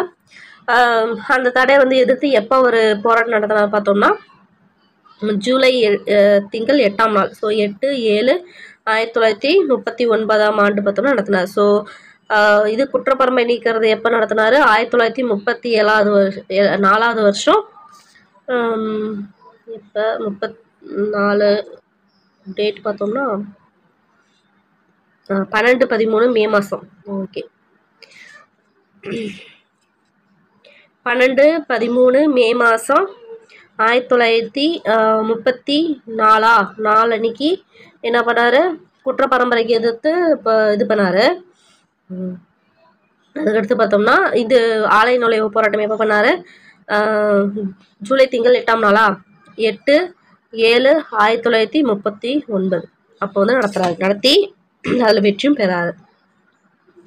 ஓகேங்களா. அடுத்து விவசாயிகள் தோழர் ஏன் அப்படி சொல்றாங்க பார்க்கலாம். ஜமீன் விவசாயிகள் சங்கம் ஏற்படுத்திய விவசாயிகள் துயர் துடைக்க பாடுபட்டார். அதாவது ஜமீன் விவசாயிகள் சங்கம் சொல்லிட்டு ஒன்று ஆரம்பிச்சு விவசாயிகளோட துயர் துடைக்க பாடுபட்டவர் தான் இவங்க. உழுபவர்களுக்கு தான் நிலம் என்றார். தமக்கு சொந்தமாக 31 சிற்றூரில் இருக்க விளைநிலங்களை வந்து குத்தகை இல்லாமல் உழுபவருக்கே பங்கிட்டு கொடுத்தார். அவற்றை ஒடுக்கப்பட்ட மக்களுக்கு அளித்து மகிழ்ந்தார். அது மட்டும் இல்லாமல் எக்ஸ்ட்ரா இன்ஃபர்மேஷன் பார்த்தோம்னா மொத்தம் 17 பங்காக பிரித்து அதில் 1 பங்கு மட்டும் வச்சுக்கிட்டு மீதி 16 பங்கு கஷ்டப்படுறவங்களுக்கு வந்து பிரித்து கொடுத்தாரு. இது ரொம்ப முக்கியம், நோட் பண்ணிக்கோங்க. இது வந்து பழைய புக்கில் இருக்கிற ஒரு இன்ஃபர்மேஷன். ஸோ இதில் நோட் பண்ண வேண்டிய முக்கியமான விஷயம் என்னன்னா 31 சிற்றூரில் இருந்ததை பிரித்து கொடுக்குறாரு. இவர் ஏற்படுத்தின சங்கம் விவசாயத்தை துயர் துடைக்க ஏற்பட்ட சங்கம் பார்த்தோன்னா ஜமீன் விவசாயிகள் சங்கம். Very good. அடுத்து போகலாம். கூட்டுறவு சிந்தனையாளர். கமுதியில் வியாபாரிகள் விவசாய உற்பத்தி பொருட்களை குறைந்த விலைக்கு வாங்கியதால் விவசாயிகள் பாதிக்கப்பட்டனர். அதனால் இவர் என்ன ஆரம்பிக்கிறாருன்னு பார்த்தோம்னா பாரத மாதா கூட்டுறவு பண்டகசாலை அப்படின்னு சொல்லி ஏற்படுத்தி விவசாயிகளின் விளைபொருட்களுக்கு சரியான விலை வந்து கிடைக்க செய்தார். என்ன ஆரம்பிச்சாரு, ஸோ விவசாயிகள் துயர் துடைக்க என்ன ஆரம்பிச்சாரு, ஜமீன் விவசாயிகள் சங்கம். இதே பார்த்தோம்னா பொருட்கள் வந்து குறைஞ்ச விலையில் விற்கிறாங்க இல்லையா, அதுக்கு விவசாயிகள் பாதிக்கப்படுறாங்க. அதுக்காக ஆரம்பிச்சது தான் பாரத மாதா கூட்டுறவு பண்டகசாலை. அதாவது ஜமீன் விவசாயிகள் சங்கம், பாரத மாதா கூட்டுறவு பண்டகசாலை. ஓகே. ஸோ நெக்ஸ்ட் பார்த்தோம்னா தொழிலாளர் தலைவர். ஏன் அவர் தொழிலாளர் தலைவர்னு சொல்றாங்க பார்க்கலாம். 1938 காலகட்டத்தில் மதுரையில் 23 தொழிலாளர் சங்கங்களின் தலைவராக தேவர் திகழ்ந்தார். எப்ப 1938ஆம் தேதி, சரி 8வது வருஷம் மதுரையில் 23 தொழிலாளர் சங்கத்தில் தலைவராக தேவர் திகழ்ந்தார். டேட் வருஷம்னா 1938 23. ஓகேங்களா. மதுரையில் இருந்த நூற்பு ஆலை ஒன்றில் வேலை செய்த தொழிலாளர்களின் உரிமைக்காக தோழர் ஜீவானந்தத்துடன் இணைந்து 1938ஆம் ஆண்டு போராட்டம் நடத்தினார். ஸோ என்ன பாயிண்ட் நம்ம நோட் பண்ண வேண்டியதுக்கு, மதுரையில் நடந்த எண்ணெய் ஆலை நூற்பு ஆலை, மதுரை என்ன ஊர், மதுரை எண்ணெய் ஆலை நூற்பு ஆலை. ஸோ அதுக்காக போராடின தோழர் யாரு? பா ஜீவானந்தம். அவர் கூட இணைந்து எப்போ அவர் நடத்தினாரு? 1938 போராட்டம் நடத்தினாரு. அதற்காக 7 திங்கள்னா 7 மாசம் 7 திங்கள் பார்த்தோம்னா சிறையில தண்டனையும் பெற்றாரு. உழவர்களின் நலன் காக்க ராஜபாளையத்தில் மிகப்பெரிய அளவிலான மாநாடு ஒன்றை நடத்தினார். எங்க நடத்தினார்? உழவர்களின் நலம் காக்க ராஜபாளையம் ஊர் முக்கியம். பெண் தொழிலாளர்களுக்கு மகப்பேறு காலத்தில் ஊதியத்துடன் கூடிய விடுப்பு வேண்டும் என்று போராடினார். எங்க? அங்க ராஜபாளையத்துல. ஓகேங்களா?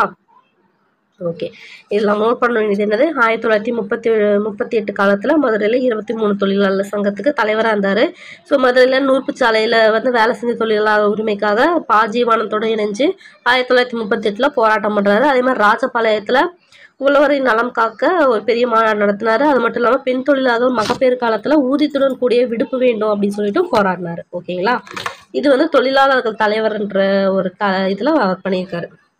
ஓகே, இவர் எங்கெங்கெல்லாம் வந்து ஜெயிலில் இருந்தாரு அப்படின்றத நெக்ஸ்ட் பார்க்க போறோம்.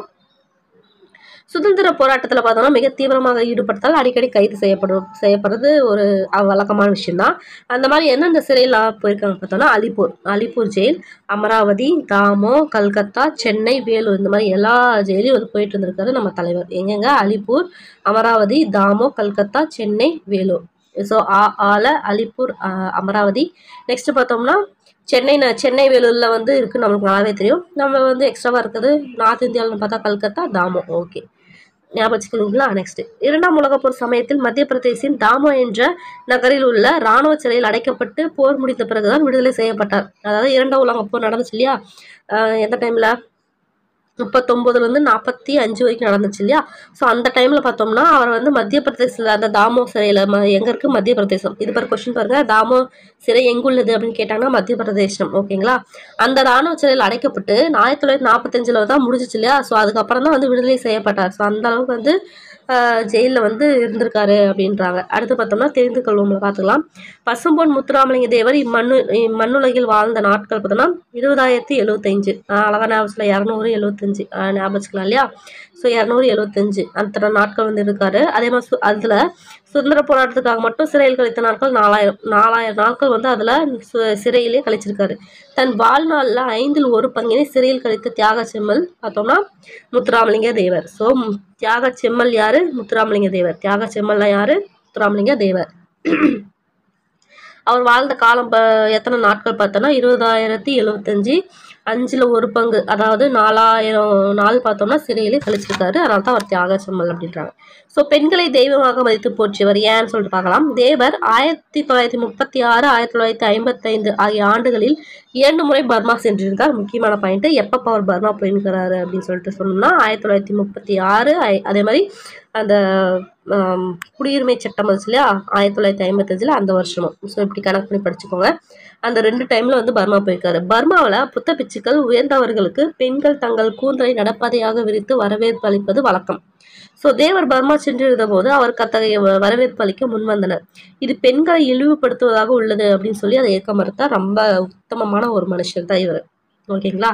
ஸோ இதில் நோட் பண்ண வேண்டியது என்னன்னா எத்தனை டைம் அவர் பர்மாவுக்கு போயிருக்காருன்னா 2 டைம்.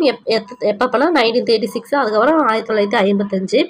அங்கே என்ன வழக்கமாக இருந்துச்சு அப்படின்னா பெண்கள் வந்து கூந்தலை நடப்பதையாக விதிச்சு அதில் நடக்க வைக்கிறது. இதில் தேவர் பார்த்தோன்னா பர்மா போகும்போது பண்ணும்போது அது என்ன சொல்றாரு? இது பெண்களை இழிவுபடுத்துவதாக உள்ளதுன்னு சொல்லிட்டு மறுத்துட்டாரு. இது யார் செஞ்சது? புத்த பிச்சுகள். ஓகேங்களா? அடுத்து, நாடு போற்றும் நன்மகன். பொது தொண்டுக்கு இடையூறாக இருக்கும் என கருதி திருமணம் செய்து கொள்ளாமல் தியாக வாழ்வு வாழ்ந்தவர் முத்துராமலிங்க தேவர். இது ரொம்ப முக்கியமான இது. அவர் விவேகானந்தரின் தூதர், நேதாஜியோட தளபதி, சத்தியசீலர், முருக பக்தர், ஆன்மீக புத்திரர், தமிழ் பாடும் சித்தர், தென்பாண்டி சீமை முடிச்சூடா மன்னர், நீதி வலுவா நேர்மையாளர், புலமையில் கபிலர், வலிமையில் கரிகாலர், கொடையில் கர்ணன், பக்தியில் பரஹம்சர், இந்திய தாயின் நன்மகனாக விளங்கினார். இது ஆக்சுவலி பழைய புக்லுமே இருக்கு. பழைய புக் படிச்சவங்களுக்கு இது தெரியும், 6th பழைய புக்கு. ஸோ வந்து இது ரொம்பவே முக்கியமான ஒரு பேரா. ஓகேங்களா? ஸோ விவேகானந்தருக்கு என்னவா இருந்தாரு? தூதராக இருந்தாரு.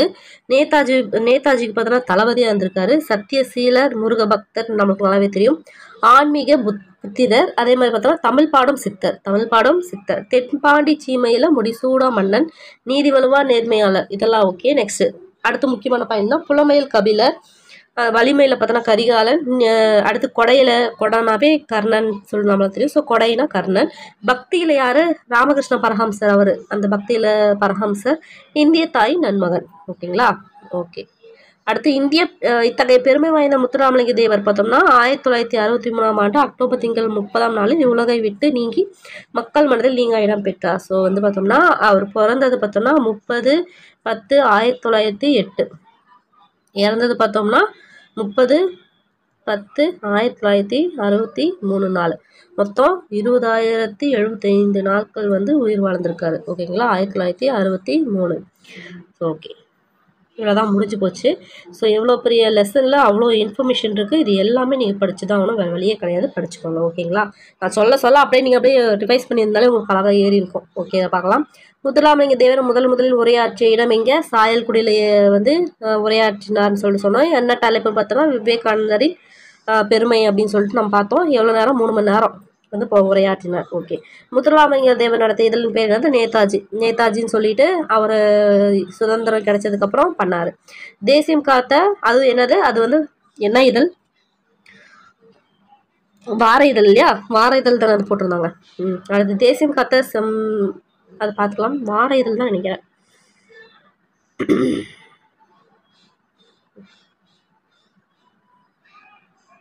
வார இதழ் தான்.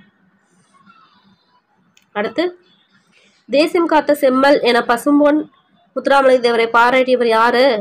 திருவிக்கா. ஓகேங்களா, முடிஞ்சது. லெசனை முடிஞ்சிச்சு. அடுத்து ஒரு முக்கியமான பர்சனாலிட்டி தான் பார்க்க போகிறோம். கப்பலோட்டிய தமிழர் வ.உ.சி. அவரை பற்றி தான் பார்க்க போகிறோம். ஓகே,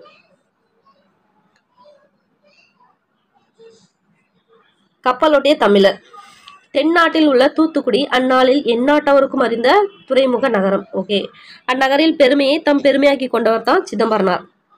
அவர் தன்னலம் துறந்து தனி பெரும் தொண்டர். இந்திய கடலாட்சி எமதே என கருதி இருமாந்திருந்த ஆங்கிலேயருக்கு பொறிக்கலங்கி நெறிமயங்க கப்பலோட்டிய தமிழர் வந்து சிதம்பரனார். நாட்டிலே சுதந்திர உணவை ஊட்டியதற்காக அவரை சிறைக்கோட்டத்தில் மாட்டி மகிழ்ந்தது ஆங்கில அரசாங்கம். சிறைவாசம் தீர்ந்த பின்னர் தூத்துக்குடிக்கு திரும்பினார் சிதம்பரனார். ஒரு நாள் மாலை பொழுது துறைமுகத்தின் அருகே உலாவ சென்றார். பழைய நினைவுகள் எல்லாம் அவர் மனதில் பறந்தன. அக்கடற்கரையிலே நின்று அவர் பேசியிருந்தால் என்ன பேசியிருப்பார்? இதோ அவர் வாயிலாக கேட்போம் அப்படின்னு சொல்லிட்டு ஒரு லெசனு. ஓகேங்களா, ஸோ இது எல்லாமே நம்மளுக்கு தெரிஞ்ச இன்ஃபர்மேஷன் தான். தென்னாட்டில் வந்து ரொம்ப மெயினானது துறைமுகம்னா தூத்துக்குடி துறைமுகம் நம்ம நல்லாவே தெரியும், முத்தெடுத்தது. அடுத்து பார்த்தோம்னா வேற என்ன? சிதம்பரனாரோட இது அவர் கப்பல் வாங்கி விட்டது அங்கே தான் தெரியும். இது எல்லாமே அதுதான். ஓகே, நெக்ஸ்ட் பார்த்தோம்னா ஒரு இதுக்கே போகலாம். தென்னாட்டு துறைமுகமே 300 ஆண்டுகளாக நீயே இம்முத்துக்கரையில் முதன்மை பெற்று விளங்குகிறாய். இது ஒரு கொஷின் ஏரியா. ஸோ தென்னாட்டு துறைமுகம்ன்றது அந்த இதை தான் சொல்கிறாரு. தூத்துக்குடி துறைமுகத்தை 300 ஆண்டுகள், எத்தனை ஆண்டு? 300 ஆண்டுன்ற முக்கியம். இம்முத்துக்கரையில் முதன்மை பெற்று விளங்குகிறது வந்து பார்த்தோம்னா 300 ஆண்டா தூத்துக்குடி.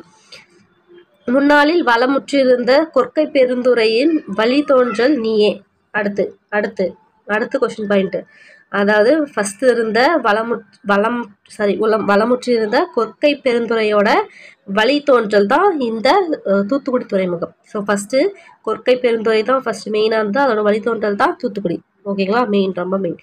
என உணர்ந்து உன்னை வணங்குகின்றன, வாழ்த்துகின்றன. ஆயினும் அக்கால துறைமுகத்தின் மாட்சியையும் இக்காலத்தில் காணும் காட்சியையும் நினைத்து பார்க்கும்பொழுது என் நெஞ்சம் குமுறுகின்றதே. பாரறிந்த கொற்கை துறைமுகத்திலே பாண்டியனுடைய மீன் கொடி உயர்ந்து பறந்தது. நம்மளுக்கு நல்லாவே தெரியும்.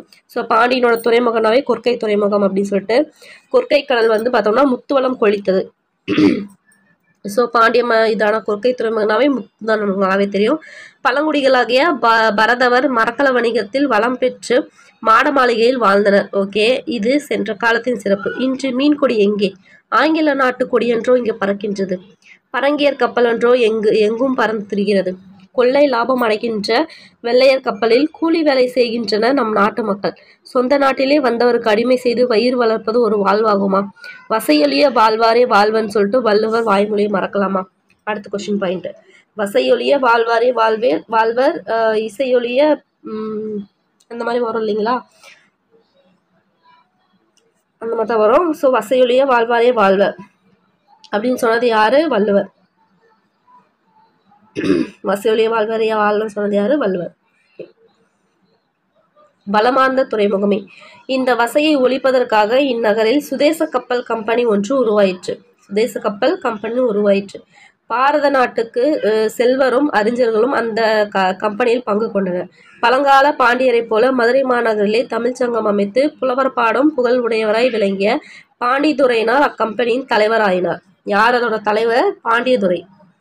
அடுத்து அதன் செயலாளராக அமைந்து பணி செய்யும் பேரு எனக்கு கிடைச்சது. ஸோ இதுக்கு தலைவர் பார்த்தோம்னா பாண்டிதுரை. 2 பேர் வந்து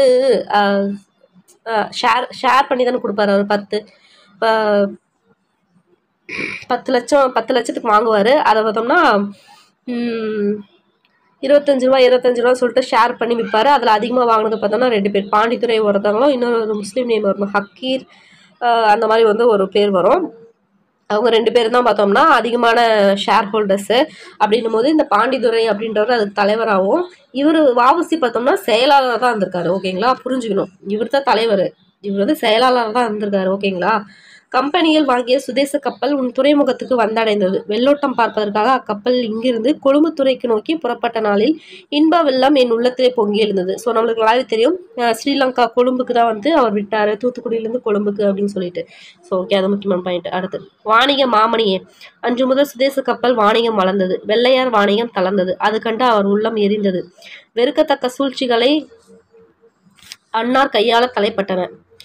சுதேச கம்பெனி வேலையினின்று நான் விலகி கொண்டால் 100,000 ரூபாய் கையடக்கம் தருவதாக மறைமுகமாக கூறினார். எவ்வளோ கொடுக்குறேன்னு சொன்னாங்க? 100,000 ரூபாய்.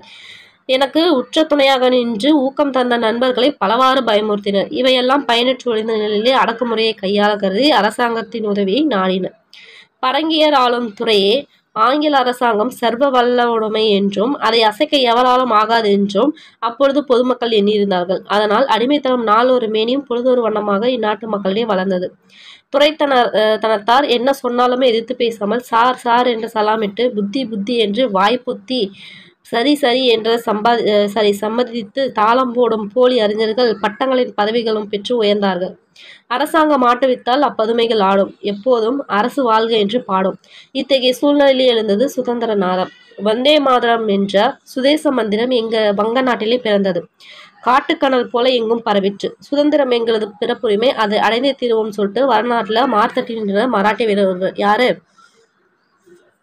பாலகங்காதர திலக் சொன்னார் இல்லையா? இது அவரே பாரத நாடு போற்றும் பாலகங்காதர திலகர். தென்னாட்டிலே தோன்றினர் நாவிருடைய நண்பர் பாரதியார்.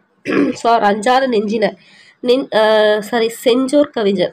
வந்தே மாதரம் என்போம், எங்கள் மாநில தாயை வணங்குதோம் என்போம் என்று அழகிய பாட்டை சேர்த்து நாட்டிலே ஆர்வத்தை தட்டி எழுப்பினார். ஸோ இந்த பேரா ஃபுல்லாகவே கொஷின் ஏரியா தான். ஸோ வந்தே மாதரம் அப்படின்னு சொல்லிட்டு எங்கே ஒழிச்சது? வங்க நாட்டில். அந்த வந்தே மாதரம் யார் சொன்னதுன்னு சொல்லிட்டு கமெண்ட் பண்ணுங்க. அதே மாதிரி காட்டுக்கணல் போல பரவிச்சு சுதந்திரம் எனது பிறப்புரிமை, அதை அடைந்தே தீருவோம் அப்படின்னு சொன்னது யாரு? பாலகங்காதர திலகர். அதே மாதிரி தென்னாட்டிலே பாரதியார்ன்றவர் என்ன சொல்லியிருக்காரு? வந்தே மாதரம் என்போம், எங்கள் மாநில தாயை வணங்குவதும் என்போம். இந்த கோர்ஸ்லாம் ரொம்ப முக்கியம். பாரதியார் சொன்னார் என்னன்னு? வந்தே மாதரம் என்போம், எங்கள் மாநில தாயை வணங்குவதும் என்போம் சொன்னார். அடுத்து பார்த்தோம்னா, புதுமை கண்ட துறைமுகமே, அந்நாளில் வந்தே மாதரம் என்றால் வந்தது தொல்லை. அந்த வாசகத்தின் ஒரு வஞ்சகம் இருப்பதால் ஆங்கில அரசாங்கம் கருதிற்று. பொதுக்கூட்டங்களிலும் தொழிலாளர் கூட்டங்களிலும் நான் பேசும்போதே வந்தே மாதரத்தை அழுத்தமாக சொல்வது வழக்கம். அதை கேட்டு நாட்டு மக்கள் ஊக்கமுற்றனர், உணர்ச்சி பெற்றார்கள். உள்ளதை சொன்னால் கள்ளமுடையவர்கள் உள்ளம் எரியுமல்லவா? எரிவுற்ற அரசாங்கம் என்னை எதிரியாக கருதிற்று. என் மீது பல வகையான குற்றம் சாற்றிற்று. நாட்டின் அமைதியை நான் கெடுத்தேனாம், நல்ல முதலாளிமாருக்கு தொல்லை கொடுத்தேனாம், வெள்ளையார் மீது வெறுப்பை ஊட்டினேனாம், வீர சுதந்திரம் பெற வழி காட்டினேனாம் அப்படின்னு சொல்லிட்டு அவர் சொல்றாரு. சரி, ஓகே, அந்த அளவுக்கு எது கிடையாது. இது சிதம்பரனார் பிரசங்கத்தையும் பாரதியாரின் பாட்டையும் கேட்டால் செத்தப்பினம் உயிர் பெற்று எழும், புரட்சி ஓங்கும், அடிமைப்பட்ட நாடு 5 நிமிடங்களில் விடுதலை பெறும் அப்படின்னு சொல்லிட்டு ஒரு கோட் சொல்லியிருக்காங்க. யாருன்னு பார்த்தோன்னா, சிதம்பரனாருக்கு இரட்டை வாழ்நாள் சிறை தண்டனை வழங்கிய நீதிபதியான பின்ஹேவின் கூற்று தான் இந்த கூற்று. ஓகேங்களா. ஸோ சிதம்பரனார் பிரசங்கத்தையும் பாரதியார் பாட்டை கேட்டால் செத்தப்பினம் உயிர் பெற்று எழும், அதே மாதிரி புரட்சி ஓங்கும், அடிமைப்பட்ட நாடு 5 நிமிடத்தில் விடுதலை பெறும் சொன்னது யார் பார்த்தோன்னா, அந்த வஉசிக்கு வந்து இரட்டை வாழ்நாள் கொடுத்தாங்களே, சிறை தண்டனை கொடுத்த அந்த நீதிபதியான பின்ஹே. ஓகேங்களா. ஓகே, அடுத்து பார்க்கலாம். வெள்ளையர் கோர்ட்டிலே இக்குற்ற விசாரணை விறுவிறுப்பாக நடந்தது. இரட்டை தீவாந்திர தண்டனை எனக்கு விதிக்கப்பட்டது. அப்பீல் கோர்ட்டிலே சிறை தண்டனையாக மாற்றிற்று அத்தீர்ப்பு. 6 ஆண்டு கோவை சிறையிலும் கண்ணனூர் சிறையிலும் கொடுமணி செய்தேன். எந்தெந்த சிறை? கோவை சிறை, அதுக்கப்புறம் கண்ணனூர் சிறை. ஓகேங்களா. என் உடல் சலித்தது. ஆயினும் உள்ளம் ஒரு நாளும் தளர்ந்ததில்லை. சிறைச்சாலையை தவச்சாலையாக நான் கருதினேன். கைவருந்த மெய்வருந்த செய்த பணிகள் எல்லாம் தாய்நாட்டின் விடுதலைக்காக புரிந்த அருந்தவம் என்று எண்ணி உள்ள மகிழ்ந்தேன். ஸோ கைவருந்த மெய்வருந்த பணிகள் எல்லாம் என்ன நினைச்சிருக்காரு? தாய்நாட்டோட விடுதலைக்காக புரிந்த அருந்தவம் அப்படின்னு நினைச்சிருக்காரு. என்னென்ன சிறை? கோவை சிறை, கண்ணனூர் சிறை. செல்வ செருந்துழையே, சிறைச்சாலையில் என்னை கண்காணித்தவர் பலர், கடும்பணியிட்டவர் பலர். அவரை நான் என்னாலும் வெறுத்ததில்லை. ஆனால் முறை தவறி நடந்தவர்களை எதிர்த்தேன். வரை தவறி பேசியவர்களை வாயால் அடக்கினேன். ஒரு நாள் மாலை பொழுது உடல் நலிந்து உள்ளம் தளர்ந்து சிறை கூட்டத்தில் உட்கார்ந்திருந்தேன். அங்கே வந்தார் ஒரு ஜெயிலர். அதிகார தோரணையில் நீட்டி நிமிர்ந்து நின்று கொண்டு எனக்கு சில புத்திமதிகளை சொல்லத் தொடங்கினார். அப்போது என் மனதில் கோபம் பொங்கிஎழுந்து, அடே மடையா, நீயா எனக்கு புத்திமதி சொல்பவன்? மூடு வாயை. உனக்கு உன் அப்பனுக்கு புத்தி சொல்வேன் நான். உன்னுடைய கவர்னருக்கும் மன்னருக்கும் புத்தி சொல்வேன் நான் என்று வேகமுற்று பேசினேன். மானமிழந்து வாயிலிருந்து மறைந்தான் ஜெயிலர். தமிழ் பெருந்துரையே, உன் தாழ்விலும் வாழ்விலும் எந்த நாளிலும் என் தமிழ் தாயை நான் மறந்தறியேன். இந்த நகரத்தில் வக்கீல் வேலை பார்த்து வளமுற்று வாழ்ந்த நாளில் வள்ளல் பாண்டித்துரையோடு உறவு கொண்டு தமிழ் நூல்களை கற்றேன். யாரோட உறவு கொண்டு தமிழ் நூலை கற்றார் பார்த்தோம்னா பாண்டித்துரை, அந்த சுதேச கப்பலோட ஓனர் அவர் தான் வந்து பாண்டித்துரை இல்லையா? ஸோ அவரோட சேர்ந்து தான் தமிழ் நூல்களை கற்றேன். அதனால் நான் அடைந்த நன்மைக்கு ஒரு அளவில்லை. சிறைச்சாலையில் செக்கெழுத்து துயரத்தை மாற்றியது என் செந்தமிழ் என்றோ, கைத்தோல் உரிய கடுமணி புரிந்த போது என் கண்ணீரை மாற்றியது கன்னித்தமிழ் என்றோ. ஸோ எப்படி கேட்கலாம்னா, செக்கெழுத்த துயரத்தை மாற்றியது என்ன தமிழ்? செந்தமிழ். அதே தமிழ் தான். ஸோ செந்தமிழ். அதே கைத்தோல் உரிய கடுமணி புரிந்தும் போது கண்ணீரை மாற்றியது எது? கன்னித்தமிழ். ஓகேங்களா? ஓகே. இதில் இந்த கோட்ஸ் வந்து கொடுத்து கூட இது யார் சொன்னது அப்படின்னு சொல்லி கேட்கலாம். இந்த அடைய மடையா, நீயா எனக்கு புத்திமதி சொல்பவன், 3 வாயை சொன்னாங்க இல்லையா? இது கேட்கறதுக்கு வாய்ப்பு இருக்குது. யார்கிட்ட சொன்னான்னு சொல்லி ஸ்டேட்மெண்ட்டில் கொடுத்து கேட்க வாய்ப்பு இருக்குது. யார்? ஜெயிலர். ஓகேங்களா? அடுத்து, தொல்காப்பியத்தை படித்து படித்து என் தொல்லையெல்லாம் மறந்தேன். இந்நிலையை கற்று என் இன்னல்களை எல்லாம் வென்றேன். ஓகேங்களா? என்னத்தை படித்து அவர் தொல்லையெல்லாம் மறந்தாரு? தொல்காப்பியம். தொல்லை. ஓகேங்களா? தொல்காப்பியம் தொல்லையெல்லாம் மறந்தாரு. இந்நிலையை கற்று என்ன பண்ணாரு? இன்னல்களை மறந்தார். இந்நிலையை படித்து இன்னல்களை. ஓகேங்களா? அடுத்து, ஆங்கில மொழியில் ஆலன் என்பவர் இயற்றிய அறிவு நூல்களில் ஒன்றை மனம் போல வாழ்வு என்று தமிழில் மொழிபெயர்த்து. ஸோ இவர் முக்கியமான பாயிண்ட் என்ன? இவர் பார்த்தோம்னா ஒரு நூலை வந்து மொழிபெயர்ச்சிருக்காரு. என்னதுன்னா மனம் போல வாழ்வு. யார் எழுதுனது? இங்கிலீஷில் பார்த்தோம்னா ஆலன். ஓகேங்களா? ஆலன் எழுதிய ஒரு நூலை தான் வந்து மனம் போல வாழ்வு அப்படின்னு சொல்லிட்டு மொழிபெயர்ச்சிருக்காரு வ.உ.சி. ரொம்ப முக்கியமான பாயிண்ட்டு. ஆலன் மனம் போல வாழ்வு. ஓகே. உயர்ந்த நூல்களில் கண்ட உண்மைகளை இளைஞரும் எளிதில் அறிந்து கொள்ளுமாறு மெய்யறிவு மெய்யறம் என சிறு நூல்களையும் இயற்றினார். அடுத்து, அவர் இயற்றிய நூல்கள் மெய்யறிவு மெய்யறம் ரெண்டும் ஒரு மெய் மீது வரும். மெய் அறிவு அறம். ஓகேங்களா? அடுத்து, இவற்றை என் தமிழ் தாயின் திருவடிகளில் கையுறையாக வைத்தேன். சிறையில் இருந்து இயற்றிய நூல்களையும் உவந்து ஏற்றுக்கொள்ளுமாறு செந்தமிழ் தாயின் திருவருளை வேண்டுகிறேன். வருங்கால பெருவாழ்வே, காலம் கடிது சென்றது. என் சிறை வாழ்வும் முடிந்தது. இந்நகரை வந்தடைந்தேன். என் அருமை குழந்தைகளைக் கண்டு ஆனந்தமுற்றேன். ஆயினும் என் ஆசை குழந்தையை, தேச கப்பலை இத்துறைமுகத்தில் காணாது ஆறாது துயருற்றேன். பட்டப்பாடெல்லாம் பயனற்று போயிற்று என்று பரிதவித்தேன். என்று வருமோ நற்காலம் என்று ஏங்கினேன். இன்று இல்லாவிட்டாலும் என்றேனும் சுதந்திரம் வந்தே தீரும். வீர சுதந்திரம் வெள்ளம் புறப்பட்டு விட்டது. அதை தடுத்து நிறுத்த யாரால் ஆகும்? பாரத நாட்டிலே அப்படின்றாரு. அதுதான் பாய கண்டது சுதந்திர வெள்ளம், பணிய காண்பது வெள்ளையர் உள்ளம் என்று நாம் பாடும் நாள் என்னாலோ என்று உருக்கமாக பேசி கடற்கரையை விற்றார் கண்டார் வீர சிதம்பரனார். ஸோ பாய காண்பது சுதந்திர வெள்ளம், பணிய காண்பது வெள்ளையர் உள்ளம். யாரு? சிதம்பரனார். ஓகே, அவ்வளோதான், முடிஞ்சாச்சு. ஸோ இது முக்கியமான பாயிண்ட் நிறையா கிடையாது. பட் வந்து ஏதாவது கேட்டு கொஷினில் ஸ்டேட்மெண்ட்டில் கேட்க வாய்ப்பு இருக்குது. ஸோ ஒரு டைம் படிச்சிங்கனாவே ஓரளவுக்கு உங்களுக்கு புரியும். நோட் பண்ணி வச்சுக்கோங்க. ஆனால் மற்றபடி நான் சொன்னதெல்லாம் கொஷின் ஏரியா, அதாவது கண்டிப்பாக வரும்னு சொல்லிட்டு சொல்லலாம். ஓகேங்களா? சரி, நூல்வழி இது எழுதுறது யாருன்னு பார்த்தோன்னா ராபி சேது பிள்ளை தான் எழுதியிருக்காரு. தமிழறிஞர், எழுத்தாளர், வழக்குரைஞர், பேச்சாளர். ரொம்ப முக்கியமானது, அவர் ஒரு வழக்குரைஞரும் கூட. ஸோ இது வந்து ரொம்ப ஒரு முக்கியமான விஷயம். ஸோ ராபி சேது பார்த்தோம்னா சேது பிள்ளை இல்லைன்னு நினைக்கிறேன். 2 பேரும் ஒரு நாள் தெரில. தெரிஞ்சால் சொல்லுங்கள். ராபி சேது பார்த்தோன்னா தமிழறிஞர், ஒரு எழுத்தாளர், அவர் ஒரு வழக்குரைஞர், அதே மாதிரி மேடை பேச்சாளர், இந்த மாதிரி பன்முகத்திறன் பெற்றவர். இவரை சொல்லின் செல்வர். அப்போ ராபி சேது பிள்ளையே இவர் தான். சொல்லின் செல்வர்னாவே ராபி சேது பிள்ளை தான். ஸோ இவருக்கு வந்து சொல்லின் செல்வர் அப்படின்னு சொல்லிட்டு போற்றுவர். செய்யுளுக்கே உரிய எதுகை முனை என்பவற்றை உரைநடைக்குள் கொண்டு வந்தவர் இவரே என்பர். ஸோ இதில் ஒவ்வொரு லைனுமே வச்சுக்கோங்களேன், முக்கியமான கொஷின் நிறையா அதுவும். ஸோ ராபி சேது பிள்ளை வந்து ஒரு வழக்குரைஞர், ஒரு எழுத்தாளர், தமிழறிஞர், மேடை பேச்சாளர். இவருக்கு வந்து சொல்லின் செல்வர்னு சொல்லிட்டு ஒரு பேர் இருக்குது. செய்யுளுக்கே உரிய செய்யுளில் மட்டும்தான் அந்த எதுகை மோனையெல்லாம் போட்டு பேசுவாங்க இல்லையா. ஸோ அது உரைநடைக்கு கொண்டு வந்தவர் இவர் தான், ரொம்ப முக்கியம். இவர் தமிழ் இன்பம் என்னும் நூல் பார்த்தோன்னா இந்திய அரசின் சாகித்ய அகாடமி விருது பெற்ற முதல் நூல். அதாவது சாகித்ய அகாடமி பெற்ற முதல் நூலே வந்து தமிழ் இன்பம் தான். அதை எழுதுனது யார் பார்த்தோம்னா ராப்பி சேதுப்பிள்ளை. ஓகேவா, ரொம்ப முக்கியம். சரி, வேற என்னெல்லாம் எழுதியிருக்காருன்னு பார்த்தோம்னா ஆற்றங்கரையிலே, கடற்கரையிலே, தமிழ் விருந்து, தமிழகம் ஊரும் பேரும், மேடை பேச்சு, இந்த மாதிரி பல மாதிரி எழுதியிருக்காரு. ஸோ இவரது பார்த்தோன்னாவே ஊர் அதுக்கப்புறம் அந்த இடம், அதாவது இந்த இடப்பெயர்னு சொல்லுவோம் இல்லையா அந்த இதில் பெயர் வகையில், அந்த மாதிரி பார்த்தோன்னா இடப்பெயரே வந்து இவருக்கு இவரோட நூலுக்கு சொன்ன மாதிரி இருக்கும். அப்படி ஞாபகம் வச்சுக்கலாம். ஆற்றங்கரையிலே, கடற்கரையிலே, தமிழ் விருந்து, தமிழகம் ஊரும் பேரும், மேடை பேச்சு, இதெல்லாம் எங்கள் ஊரில் தானே இடத்துல ஏதோ ஒரு இடத்துல தானே செய்வாங்க. ஸோ அதை வச்சு ஞாபகம் வச்சுக்கலாம். ஓகேங்களா. வாவு சிதம்பரனார் பேசுவதாக அமைந்த நம்ம பாடப்பகுதி பார்த்தோம்னா கடற்கரையிலே அப்படின்னு சொல்லிட்டு ஒரு நூல் வந்து எடுத்திருக்காங்க. ஓகேங்களா. ஏன்னா ஒரு கடற்கரையில் தான் நின்று பேசினாரு. ஸோ அதனால வந்து கடற்கரையிலே அப்படின்ற ஒருத்தர்லேருந்து. ஸோ அவ்வளோதான், வாவுசி இது வந்து முடிஞ்சாச்சு. அடுத்தது பார்த்தோம்னா இலக்கணம் பார்த்தோம்னா வழக்கு பற்றி தான் பார்க்க போகிறோம். ஸோ எழுத்திலும் பேச்சிலும் சொற்களை பயன்படுத்தும் முறை அப்படின்றது தான் வழக்கு அப்படின்னும். ஸோ எழுத்தை பார்த்தோம்னா பேச்சிலும் சொற்களையும் பயன்படுத்தும் முறை தான் வழக்குன்றோம். நம் முன்னோர்கள் இது வந்து கொஸ்டின் இதுதான், எழுத்தில் பேச்சிலும் சொற்களையும் பயன்படுத்தும் முறை என்ன அப்படின்னு சொல்லி கேட்கலாம். வழக்கு. நம் முன்னோர்கள் எந்தெந்த சொற்களை என்னென்ன பொருளில் பயன்படுத்தினார்களோ அச்சொற்களை அவ்வாறே பயன்படுத்துவது பார்த்தோன்னா வழக்கு அப்படின்னு சொல்கிறாங்க. ஓகேங்களா. நெக்ஸ்ட் இதில் 2 வகை இருக்குது, இயல்பு வழக்கு, தகுதி வழக்கு அப்படின்னு சொல்லிட்டு. அதிலே இயல்பு வழக்கில் பார்த்தோம்னா 3 வகை இருக்குது. அதே மாதிரி தகுதி வழக்கில் பார்த்தோம்னா அதுலேயும் 3 இருக்கு நினைக்கிறேன். ஆமாம், 3 இருக்குது. ஸோ இயல்பு வழக்கில் பார்த்தோம்னா அந்த 3 வகை என்னன்னு பார்த்தோம்னா இலக்கணம் உடையது, இலக்கண போலி, மருவு அப்படின்னு சொல்லிட்டு சொல்கிறாங்க. ஸோ இயல்பு வழக்குனா ஃபர்ஸ்ட் என்னன்னு பார்க்கலாம். ஒரு பொருளை அதற்கே உரிய இயல்பான சொற்களை குறிப்பிடுவது தான் இயல்பு வழக்கு. ஸோ இயல்புனாவே நம்ம நார்மலாக என்ன சொல்லுவோம், இயல்பாக பேசுறது, இயல்பாக எழுதுறது தானே. அதை தான் இவங்களும் சொல்கிறாங்க. அதுக்கான ஒரு ஒரு பொருளை பார்த்தோம்னா அதற்கே உரிய இயல்பான சொற்களால் குறிப்பிடுவது தான் இயல்பு வழக்குன்றாங்க. அதை 3 வகையை நம்ம முன்னே பார்த்தோம். இலக்கணம் உடையது, இலக்கண போலி, மருவு. ஸோ இலக்கணம் உடையதுன்னு என்னன்னு பார்க்கலாம். நிலம், மரம், வான், எழுது ஆகிய சொற்களை பார்க்கலாம். இவை தமக்குரிய பொருளை எவ்வகை மாறுபாடும் இல்லாமல் இயல்பாக தருகின்றன. இவ்வாறு இலக்கண நெறி மாறாமல் முறையாக அமைந்த சொல் தான் இலக்கணம் உடையது. ஸோ அந்த காலத்துலேயும் சரி, இப்போ ஸ்டார்ட் பண்ணதுலேருந்தே நிலம் தான் சொல்கிறோம், மரம் தான் சொல்கிறோம், வான் தான் சொல்கிறோம், எழுதுன்னு தான் சொல்கிறோம். ஸோ அதனால் இது எந்த ஒரு மாற்றமும் இல்லாமல் அந்த இலக்கணத்தோடு அப்படியே வருதுன்றதுனால மாறாமறதுனால இது இலக்கணம் உடையதுன்றோம். இதே இலக்கண போலி அப்படின்னு பார்த்தோம்னா இல்லத்தின் முன் பகுதியை வந்து இல்முன் அப்படின்னு சொல்லிட்டு சொல்லணுமா. ஆனால் இப்போ என்ன சொல்கிறாங்க, முன்றில் அப்படின்னு சொல்லிட்டு மாற்றி வழங்கின.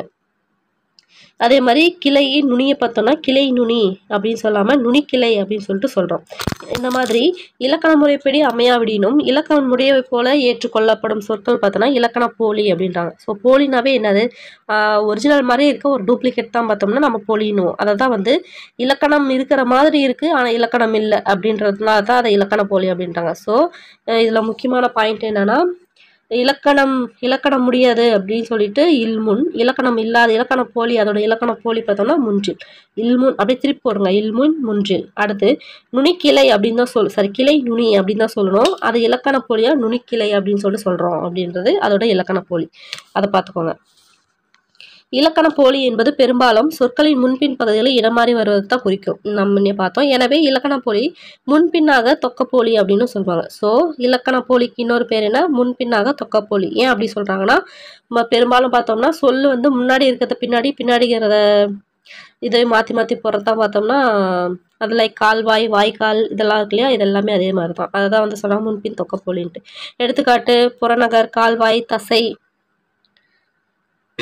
கடைக்கண், இது எல்லாமே பார்த்தோம்னா எடுத்துக்காட்டு அப்படின்றாங்க. ஸோ வந்து இப்போ எப்படி கொஸ்டின் கேட்கலாம்னா இலக்கண குறிப்பு புறநகர், கால்வாய், தசை, கடைக்கண் எல்லாம் கொடுத்து என்ன அப்படின்னு கேட்கலாம். இதெல்லாமே இலக்கண போலி. அடுத்து தெரிந்து கொள்வோம்ல பார்க்கலாம். வாயில், வாசல். இல்லத்துக்குள் நுழையும் முன் இல்வாய், இல்லத்தின் வாய் என குறிப்பிடப்பட வேண்டும். ஆனால் அதை வாயில் என வழங்குகிறோம். அது வந்து இலக்கண போலி அப்படின்ட்டு நம்ம முன்னே பார்த்தோம். வாயில் என்னும் சொல்லை பேச்சு வழக்கில் வாசல் என்று வழங்குகிறோம். இது மருவு ஆகும். ஓகேங்களா. டிஃப்ரென்ஸ் வந்து புரிஞ்சுக்கணும். நம்ம மருவுனா என்னன்னு சொல்லிட்டு பார்த்தோம் இல்லையா, அந்த இலக்கண போலியே வந்து பேச்சு வழக்கில் மாற்றிடுறாங்க. அதை தான் வந்து மருவுன்றாங்க. மருவிடுச்சு அப்படின்றோம் இல்லையா. இந்த கோயம்புத்தூரை வந்து கோயம்புத்தூர் வந்து கோவைன்னு மருவிச்சு அப்படிலாம் பார்த்தோம் இல்லையா, அதுதான் அந்த மருவு தான் அது. நம்ம வாய்க்கு வந்த மாதிரி பேச்சு வழக்குக்கு மாத்திரத்தான் மருவுன்றாங்க. ஸோ இல்லத்தில் நுழையத்துக்கு முன்னாடி இல்வாய் அதை தான் வந்து பார்த்தோன்னா இலக்கணம் முடியாது. அதோட இலக்கண போலி தான் பார்த்தோம்னா வாயில் அப்படின்னு சொன்னோம். அதே பார்த்தோம்னா அதே பார்த்தோம்னா வாசல் அப்படின்ட்டு மருவிச்சு அப்படின்னு சொல்கிறாங்க. ஓகேங்களா, மருவுனா என்னன்னு சொல்கிறாங்க. ஸோ நம்ம எல்லா சொற்களையும் எல்லா இடங்களையும் முழுமையாக வடிவத்தில் பயன்படுத்துவதில்லை. ஸோ தஞ்சாவூர் என்னன்னு சொல்கிறோம், தஞ்சையில் மருவிச்சு. திருநெல்வேலி பெயரை பார்த்தோன்னா நெல்லை அப்படின்னு சொல்கிறோம். இவ்வாறு இலக்கண நெறியிலிருந்து பிழந்து சிதைந்து வழங்கும் சொற்கள் தான் மருவு எனப்படும். எடுத்துக்காட்டு கோவை, குடந்தை, எந்தை, போது, சோனாடு, இது எல்லாமே பார்த்தோம்னா மருவு. ஸோ ஓகேங்களா, இது எப்படி இந்த மாதிரி குரூப் 4 எப்படி கொஸ்டின் கேட்டாங்கன்னா ஸ்டேட்மெண்ட்டாகவே வச்சு போட்டுட்டாங்க. இதை எது கேட்டாங்கன்னா தகுதி வழக்கத்தை நம்ம மாற்றி கேட்டாங்க. மங்களம், இடக்கரடக்கல், குழுக்குறி. ஸோ வந்து என்னன்னு சொல்லிட்டு புரிஞ்சுக்கிறது ரொம்பவே முக்கியம். அந்த ஸ்டேட்மெண்ட்டையும் சேர்த்து படிச்சுக்கிறது மிகவும் முக்கியம். ஸோ ஓகேங்களா, ஸோ இலக்கண நெறியிலிருந்து பிளந்து சிதைந்து வழங்கும் சொற்கள் தான் மருவு. இலக்கண பொருள்னு என்னது, இலக்கணம் முறைப்படி இருக்கிற மாதிரி இருந்தாலும் ஆனால் இலக்கணம் இல்லாமல் அது வரத்தான் பார்த்தோம்னா இலக்கண போலி. இலக்கணம் உடையது பார்த்தோம்னா இலக்கணம் உடையது தான். அடுத்து பார்த்தோம்னா தகுதி வழக்கு பார்க்கலாம். ஏதேனும் ஒரு காரணத்தினால் பிறரிடம் சொல்ல தகுதியற்ற சொற்களை தகுதியாக வேறு சொற்களை குறிப்பிடுவது தான் தகுதி வழக்கு ஆகும். ஸோ தகுதி வழக்கு 3 வகைப்படும். அதாவது ஏதோ ஒரு வார்த்தையை வந்து நம்ம சொல்கிறோம் அப்படின்னா அந்த வார்த்தை பார்த்தோம்னா எப்படின்னா சொல்லும்போது அது கொஞ்சம் ஒரு தயக்கமாக இருக்கும். ஃபார் எக்ஸாம்பிள் பார்த்தோம்னா குழந்தை வந்து பாத்ரூம் போயிடுச்சு அப்படின்னு சொல்லுவோம் இல்லையா. ஸோ அது வந்து சொல்லும்போது கொஞ்சம் அது சங்கடமாக இருக்கும். அப்படின்னால என்னன்னு சொல்லுவோம், குழந்தை வந்து வெளியே போயிடுச்சு அப்படின்னு சொல்லுவோம். அதே மாதிரி கால் கழுவி வந்தா அப்படின்னா என்ன அர்த்தம்னா பாத்ரூம் போயிட்டு கழுவிட்டு வந்தாங்க அப்படின்னு சொல்லிட்டு அர்த்தம். ஸோ அது பார்த்தோன்னா வெளிப்படையாக சொல்ல முடியாது. வெளிப்படையாக சொல்கிறது கொஞ்சம் அது ஒரு தயக்கமாக இருக்கிறதுனால அதை அப்படியே மாற்றி வேற ஒரு இதாக சொல்கிற குறிப்பிடறது தான் தகுதி வழக்கு. தகுதி இல்லாத ஒரு வாக்கியமாக நினைக்கிறத தகுதியானதாக மாற்றி சொல்கிறது தான் தகுதி வழக்கு. ஓகேங்களா, ஐ திங்க் புரிஞ்சிருக்குன்னு நினைக்கிறேன். அது பார்த்தோம்னா 3 டைப் இருக்குது. இடக்கரடக்கல், மங்களம், குழுவுக்குறி. ஸோ ஓகே, இடக்கரடக்கல்னா பிறரிடம் வெளிப்படையாக சொல்லத்தகாத சொற்களை தகுதியுடைய வேறு சொற்களாக கூறுவது தான் இடக்கரடக்கல். எடுத்துக்காட்டு பார்க்கணும்னா கால் கழுவி வந்தான், குழந்தை வெளியே போய்விட்டது, ஒன்றுக்கு போய் வந்தேன் அப்படின்னு சொல்றது. ஓகேவா. மங்களம் அப்படின்னா செத்தார் என்பது மங்களமில்லாத சொல் என நம் முன்னோர் கருதினர். எனவே செத்தார் என்று குறிப்பிடாமல் துஞ்சினார் என்று குறிப்பிட்டனர். நாம் இக்காலத்தில் இயற்கை எய்தினர் என்று குறிப்பிடுகிறோம். இவ்வாறு மங்களமில்லாத சொல்லை மங்களமான வேறு சொற்களால் குறிப்பிடுவதுதான் மங்களம் அப்படின்னு அர்த்தம். ஓகேங்களா. ஸோ ஓலைனா அதுக்கு திருமுகம் அப்படின்னும், கருப்பு ஆடை வெள்ளாடணும், விளக்கை அணைனா விளக்கை குளிரவை அப்படின்னும், சுடுகாடுனா நன்காடு அப்படின்னும் மாற்றுறாங்க. ஓகேங்களா. ஸோ இதெல்லாம் வந்து பார்த்துக்கோங்க. ஓலைனா திருமுகம், கருப்பு ஆடு வெள்ளாடு, விளக்கை அணை விளக்கை குளிரவை, சுடுகாடு நன்காடு. இந்த எடுத்துக்காட்டு எல்லாமே கொஸ்டின் ஏரியா தான். அதே மாதிரி மங்களம்னா என்ன அப்படின்னு சொல்லிட்டு பார்த்துக்கணும், ஸ்டேட்மெண்ட்டும் பார்த்துக்கணும். ஓகேங்களா. செத்தாருக்கு மங்கள வார்த்தை என்னன்னு பார்த்தோன்னா துஞ்சினர். அதே மாதிரி இயற்கை எய்தினர். ஓகேங்களா. அடுத்து குழுவுக்குறி. பல கூடியிருக்கும் இடத்தில் சிலர் மட்டும் தமக்குள் சில செய்திகளை பகிர்ந்து கொள்ள விரும்பினால் மற்றவர்களுக்கு புரிந்து கொள்ள இயலாத வகையில் சொற்களை பயன்படுத்துவர். இவ்வாறு ஒரு குழுவினர் ஒரு பொருள் அல்லது செயலை குறிக்க தமக்குள் பயன்படுத்தி கொள்ளும் சொற்கள் பார்த்தோம்னா குழுவுக்குறி அப்படின்னு சொல்றாங்க. ஃபார் எக்ஸாம்பிள் பார்த்தோம்னா பொன்னைப்பரி அப்படின்னு சொன்னாங்கன்னா பொற்கொள்ளர் பயன்படுத்துவது பொன்னை குப்பரி அப்படின்றது. அதே மாதிரி ஆடையை காரை அப்படின்னாங்கன்னா யானைப்பாகர் பயன்படுத்துவது அப்படின்னு சொல்லிட்டு சொல்றாங்க. ஓகே, அதாவது குழுவுக்குறினா ஃபார் எக்ஸாம்பிள் பார்த்தோம்னா இங்கே அதாவது இப்போ பொற்கொள்ளர்கள் பயன்படுத்துகிற வார்த்தை தான் இந்த பொன்னைப்பரி அப்படின்னு சொல்லிட்டு அர்த்தம். இது நாம் வந்து இப்போ ஃபார் எக்ஸாம்பிள் எல்லாம் உட்காந்து பேசிகிட்டு இருக்காங்க. அப்போ பார்த்தோம்னா இருக்கிறவங்க எல்லாமே பொற்கொள்ளர். அப்போ நாம் ஒரு 4-5 பேர் சும்மா பார்க்கலாம் அப்படின்னு சொல்லிட்டு போயிருக்கோம். அப்போ அவங்க வேலை செஞ்சுட்டு இருக்காங்கன்னு வச்சுக்கோங்களேன். திடீர்னு வந்து அந்த வேலை வந்து சொல்லணும் அப்படின்னா அவங்களுக்குள்ளார புரிஞ்சுக்கிறதுக்காக மட்டும், அந்த குழுவுக்குள்ளார புரிஞ்சுக்கிறதுக்காக மட்டுமே பொன்னைப்பரி அப்படின்னா நம்மளுக்கு ஒன்றுமே புரியாது. ஆனால் அவங்களுக்கு புரியும் இந்த வேலை செய்ய சொல்கிறாங்கன்ட்டு போய் செய்வாங்க இல்லையா. அதை தான் குழுவுக்குறின்றாங்க. அதை தான் பல கூடியிருக்கும் இடத்துல சிலர் மட்டும் தமக்குள் சில செய்தியை பகிர்ந்து கொள்ள விரும்பினால் மற்றவர்கள் புரிந்து கொள்ள இயலாத வகையில் சொற்களை பயன்படுத்துவர். இவ்வாறு ஒரு குழுவினர் ஒரு பொருள் அல்லது செயலை குறிக்க தமக்குள் பயன்படுத்தி கொள்ளும் அந்த குழுவுக்குள்ளார மட்டும் பயன்படுத்தி கொள்ற சொல் தான் குழுவுக்குறி அப்படின்றாங்க. ஓகேங்களா. ஓகே, தெரிந்து கொள்வோம்.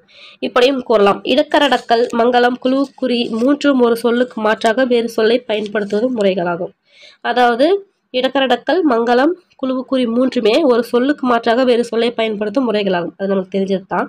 நாகரிகம் கருதி மறைமுகமாக குறிப்பிடுதல் இலக்கணங்கள். ஓகேங்களா? அதே மாதிரி மங்களமற்ற சொற்களை மாற்றி மங்கள சொற்களை குறிப்பிடுதல் எது? மங்களம். நம்ம மேலே பார்த்தோம். பிறர் அறியாமல் ஒரு குழுவுக்கு மட்டும் புரிய வகையில் குறிப்பிடுதல் குழுவுக்குறு. ஒன்றும் கிடையாது, மேலே கொடுத்ததுக்கு அப்படி சின்னதாக டெஃபினேஷன் கொடுத்துருக்காங்க. ஸோ நாகரிகம் கருதி மறைமுகமாக சொல்றது இடக்கரடக்கல். மங்களமான ஒரு வார்த்தையை, மங்களம் இல்லாத ஒரு வார்த்தையை மங்கள சொற்களால் குறிப்பிடுறது மங்களம். பிறர் அறியாமல் ஒரு குழுவுக்கு மட்டும் புரியுற வகையில் குறிப்பிடுறது பார்த்தோன்னா குழுவுக்குறி. இதை தான் வந்து அப்படியே கேட்டிருந்தாங்க குரூப் 4ல. ஓகேங்களா? அதனால் பார்த்துக்கோங்க. அடுத்து போலி. போலினா என்னன்னு பார்த்தோம்னா, அறம் செய்ய விரும்பு இஃது ஔவையார் வாக்கு. அரண் வலியுறுத்தல் என்பது திருக்குறள் அதிகாரங்களுள் ஒன்று. இத்தொடர்களில் அறம் அரண் ஆகிய சொற்களில் ஓர் எழுத்து மாறியுள்ளது, ஆனால் பொருள் மாறப்படவில்லை. இவ்வாறு சொல்லின் முதலிலோ இடையிலோ இறுதியிலோ இயல்பாக இருக்க வேண்டிய ஒரு எழுத்திற்கு பதிலாக வேறு ஒரு எழுத்து இடம்பெற்று அதே பொருள் தருவது தான் வந்து போலி. போலி என்னும் சொல்லுக்கு என்ன அர்த்தம் பார்த்தோம்னா போல இருத்தல் அப்படின்றது அர்த்தம். ஸோ இந்த போலி பார்த்தோம்னா முதற்போலி, இடைப்போலி, கடைப்போலின்றாங்க.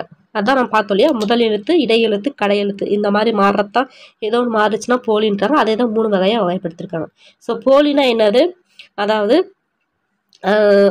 எழுத்து மாறினாலோ இல்லை அந்த இதே ஃபுல்லாகவே கூட மாறினா கூட அது அதோட பொருள் வந்து மாறாது, அந்த மாதிரி இருக்கிறதா பார்த்தோம்னா போலி அப்படின்னு சொல்றாங்க. ஸோ இதில் கொஸ்டின் ஏரியா பார்த்தோம்னா அறம் செய்ய விரும்புன்னு சொன்னது யாரு?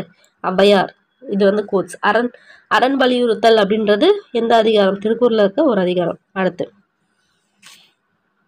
அதே மாதிரி நெக்ஸ்ட் பாயிண்ட் பார்த்தோம்னா போலி அப்படின்றதுக்கு என்ன அர்த்தம் பார்த்தோம்னா போல இருத்தல், முக்கியமான ஒரு விஷயம். ஸோ போலி எத்தனை வகைப்படும்? 3 வகைப்படும். என்னென்ன வகைப்படும்? முதற்போலி, இடைப்போலி, கடைப்போலி. ஸோ முதற்போலினா பசல் அப்படின்னா பைசல், மஞ்சுனா மைஞ்சு, மயல் மையல். இந்த மாதிரி சொற்கள்ல முதல் எழுத்து மாறினாலும் பொருள் மாறல. இந்த மாதிரி ஒரு சொல்லோட முதலில் இருக்க வேண்டிய எழுத்திற்கு பதிலாக வேறு ஒரு எழுத்து வந்தாலுமே அதுக்கு அதே பொருள் தரத்தான் வந்து முதற்போலி. ஸோ முதல் எழுத்து மாறி அது வேற எழுத்தா வந்தாலும் பொருள் மாறலன்னா அது முதற்போலி. அதே அவ்வளவுதான். அது இதே இடைப்போலினா அமைச்சுனா அமைச்சு, இளஞ்சினா இளைஞ்சி, அரையர்னா அரையர். இந்த மாதிரி இடையில இருக்கிற ஒரு எழுத்து மாறினாலும் பொருள் மாறாது இடைப்போலி. அதேதான், அவ்வளவே தான். இதே கடைப்போலினா என்னது? அகம், அதுதான் அகன். நிலம்னா நிலன், முகம்னா முகன், பந்தல்னா பந்தர், சாம்பல்னா சாம்பர். இந்த மாதிரி சொற்கள் இறுதியில் இருக்க எழுத்து மாறினாலும் பொருள் மாறல. ஓகேங்களா? ஸோ அதனால பார்த்தோம்னா இது கடைப்போலி அப்படின்றாங்க. ஸோ அக்ரிணை பெயர்களில் இறுதியில் நிற்கும் மகர எழுத்திற்கு பதிலாக நகரம் கடைப்போலியாக வரும், லகர எழுத்திற்கு பதிலாக ரகரம் கடைப்போலியாக வரும். நம்ம முக்கியமான ஒரு பாயிண்ட். ஸோ உயர்திணைக்கு அக்ரிணை பெயர்ல பார்த்தோம்னா இறுதியில் வந்து மகர எழுத்து வருதுன்னு வச்சுக்கோங்க. இறுதியில் மகர எழுத்து வந்துச்சு, அதுக்கு பதிலாக நகரம் வந்துச்சுன்னா அது வந்து கடைப்பொலியில் வந்து வரும். அதே மாதிரி லகர எழுத்துக்கு பதிலாக ரகரம் வரும். எக்ஸாம்பிள் பார்த்தோம்னா இப்போ முகம் எடுத்துக்கலாம். அதில் இது வந்து முகம் அப்படின்றது பார்த்தோம்னா நிலம் எடுத்துக்கலாம். இது உயிர் திணை தான் வரும், முகம்ன்றது ஓகே. நிலம் எடுத்துக்கலாம். அதில் பார்த்தீங்கன்னா மகரம் வருதுங்களா, மகரத்துக்கு பதிலாக என்ன வருது? கடைப்பொலியில் நகரம். ஸோ அதாவது அக்ரிணை பொறுத்த வரைக்கும் மகரம் வந்துச்சுன்னா கடைப்பொலியே நகரம் தான் வரும். அதே மாதிரி லகரம் வந்துச்சுன்னா அதுக்கு பதிலாக என்ன வரும்? ரகரம் தான் வரும், கடைப்பொலியாக வரும் அப்படின்னு சொல்லிட்டு மென்ஷன் பண்ணுறாங்க. ஸோ இந்த எக்ஸாம்பிள் ஞாபகம் வச்சுக்கினாவே இந்த பாயிண்ட் ஞாபகம் வச்சுக்கலாம். ஸோ மகரம் வந்துச்சுன்னா நகரம் வரும், 2 சொல்லினா அதுவும். அதே மாதிரி லகரம் வந்துச்சுன்னா குண்டு இல்லை அந்த லகரம் வந்துச்சுன்னா ராவு தான் வரும், அந்த இருதான் வரகரம் தான் கடைப்பொலியாக வரும் அப்படின்றது முக்கியமான ஒரு பாயிண்ட். அடுத்து நெக்ஸ்ட் முற்றுப்போலின்னு ஒன்று இருக்கு. இந்த 3 வகை போலிகள் மட்டுமின்றி வேறு வகை போலியும் உண்டு. அதுதான் மொத்தமாகவே முதல் இடைக்கடையெல்லாம் இல்லை, மொத்தமாகவே எல்லாமே சேர்ந்து மாறுறது தான். ஃபார் எக்ஸாம்பிள் 5ன்றோம். அதை நம்ம சொல்லும்போது என்ன சொல்கிறோம்? 5 ரூபா அப்படின்னு தானே சொல்கிறோம். ஸோ என்னது இதில் பார்த்தோம்னா எல்லாமே மாறிப்போச்சு, இஞ்சு எல்லாமே மாறிப்போச்சு. ஸோ இதை தான் பார்த்தோம்னா முற்றுப்பொலி அப்படின்னு சொல்லிட்டு சொல்கிறோம். ஓகேங்களா? அவ்வளோதான். இவ்வாறு ஒரு சொல்லின் இயல்பாக அமைந்த எழுத்துக்களுக்கு பதிலாக எழுத்துக்கள் அனைத்தும் வேறுபட்டாலும் பொருள் மாறாமல் இருக்கிறது தான் முற்றுப்பொலி. ஓகேங்களா? அவ்வளோதான், முடிஞ்சு. ஸோ போலினா ஃபர்ஸ்ட் பார்த்தோம்னா வழக்கு பார்த்தோம். வழக்கில் வந்து 2 வகைன்னு பார்த்தோம். அது பார்த்தோன்னா இயல்பு வழக்கு, தகுதி வழக்குன்னு. அந்த பார்த்தோம்னா இயல்பு வழக்கு 3 வகை. அதில் இலக்கணம் உடையது, இலக்கணம் போலி, மருவுன்னு சொல்லிட்டு பார்த்தோம். அதே மாதிரி வந்து பார்த்தோம்னா தகுதி வழக்கில் 3 பார்த்தோம். இடக்கரடக்கல், மங்களம், குழுவுக்குறின்னு பார்த்தோம்.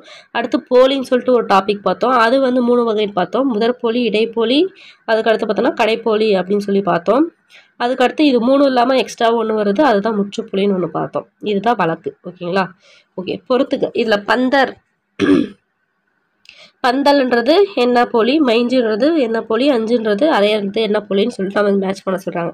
ஸோ பந்தல்னா பந்தர்னு வருமா, அப்போ கடைப்போலி. மஞ்சு அப்படின்னா மைஞ்சுனா மஞ்சுன்னு தான் சொன்னோம், முதற்போலி. அஞ்சுன்னா என்னது, முற்றுமை, 5க்கு தானே, ஸோ முற்றுப்பொலி. அரையர்ன்றது அரையர், ரைக்கு பதிலாக ரா மட்டும் வரும்னு பார்த்தோம், ஸோ இது இடைப்பொலி. ஓகே.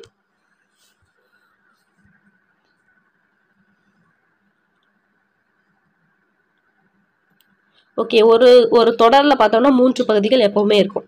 ஒரு தொடர்னு எடுத்துட்டாவே இந்த 3 பகுதியில் இருக்கும். அது என்னன்னு பார்த்தோம்னா எழுவாய், பயனிலை, செய்யப்படும் பொருள்.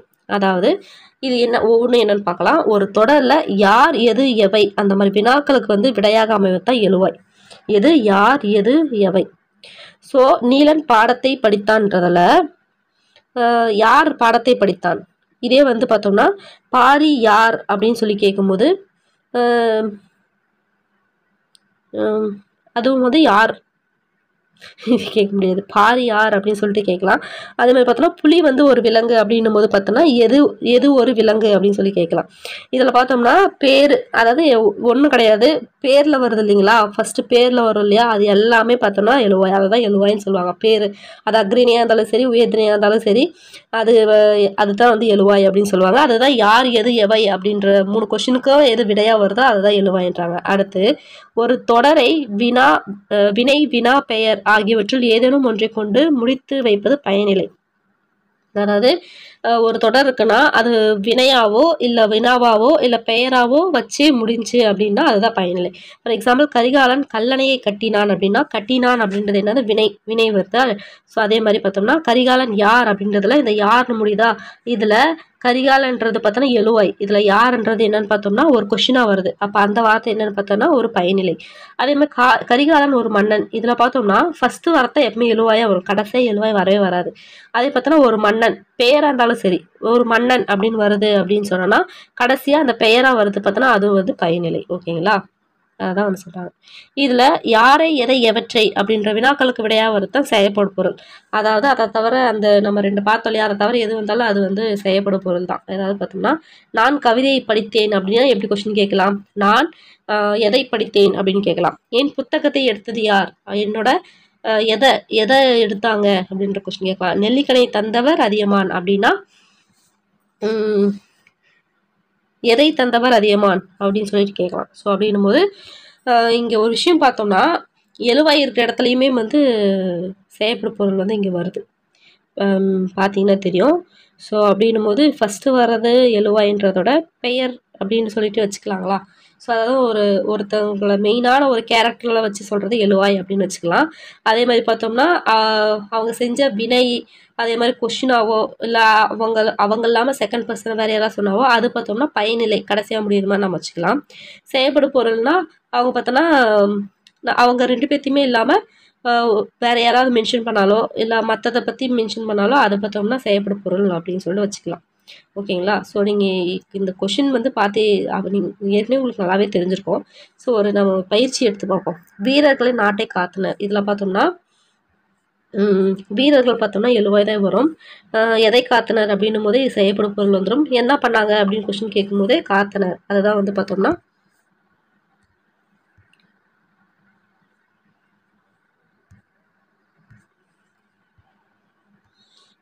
எதை காத்தனர் அப்படின்ட்டு வரும்போது பார்த்தோம்னா நாட்டை அது வந்து கொஸ்டின்ல வந்துருச்சு அப்படின் போது இது பயனிலை வந்துடும். அடுத்து பொதுமக்கள் என்னது அந்நிய துணையை தீவிட்டு எரித்தனர்.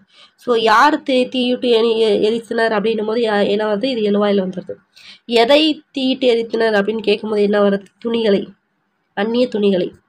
என்ன பண்ணாங்க, எரிச்சனர். ஸோ அப்படின்னும் போது இது என்ன பண்ணோம், இது பார்த்தோன்னா பயனிலைக்கு போயிடும். அடுத்து கொற்கை துறைமுகத்திலேயே பாண்டியனுடைய மீன் கொடி பறந்தது அப்படின்னு சொல்லிட்டு போட்டிருக்காங்க. அப்படியே இது இப்போ நான் சொன்ன மாதிரியே கொஸ்டின் கேட்டு அப்படியே இது எழுவாய் எது, பயனிலை எது, செயல்படும் பொருள் எது அப்படின்னு சொல்லிட்டு அப்படியே நீங்களே வந்து இதை இது பண்ணி பாருங்கள். ஓகேங்களா, அவ்வளோதான். எழுவாய் பயனிலை அப்படின்னா அப்படிதான், அவ்வளோதான்.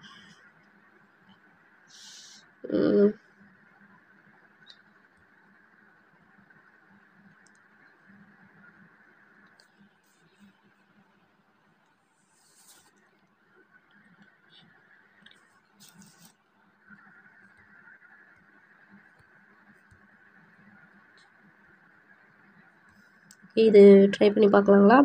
மூதறிஞர் என்னன்னு தெரியும், ராஜாஜின்னு தெரியுங்களா? அப்போ மூதறிஞர்னா யார்? ராஜாஜி. எங்கே இருக்குன்னு பார்க்கலாம்.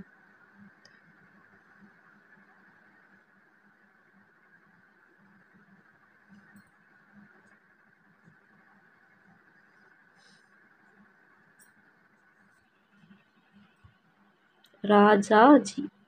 அடுத்து வீரமங்கை வேலு நாச்சியார்.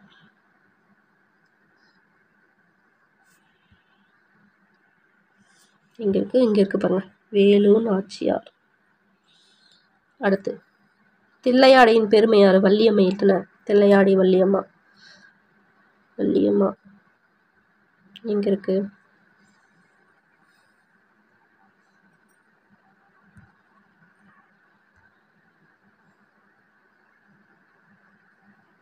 சரி, ஓகே, அது எங்கே இருக்குன்னு தேடி நீங்கள் இது பண்ணிக்கோங்க.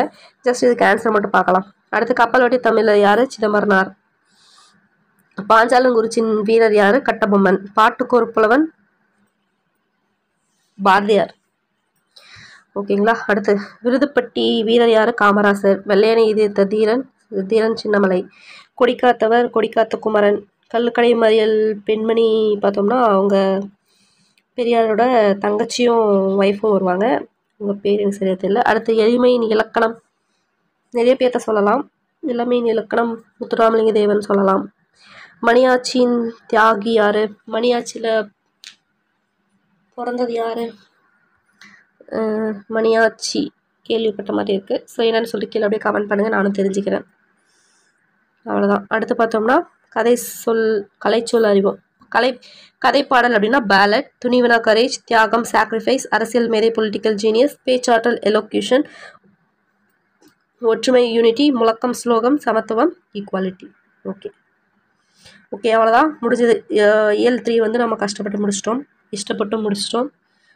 எனக்கு தெரிஞ்ச வரைக்கும் முக்கியமான கொஷின் எல்லாமே நான் வந்து மென்ஷன் பண்ணிட்டேன். ஓகே, அவ்வளோதான், முடிஞ்சாச்சு.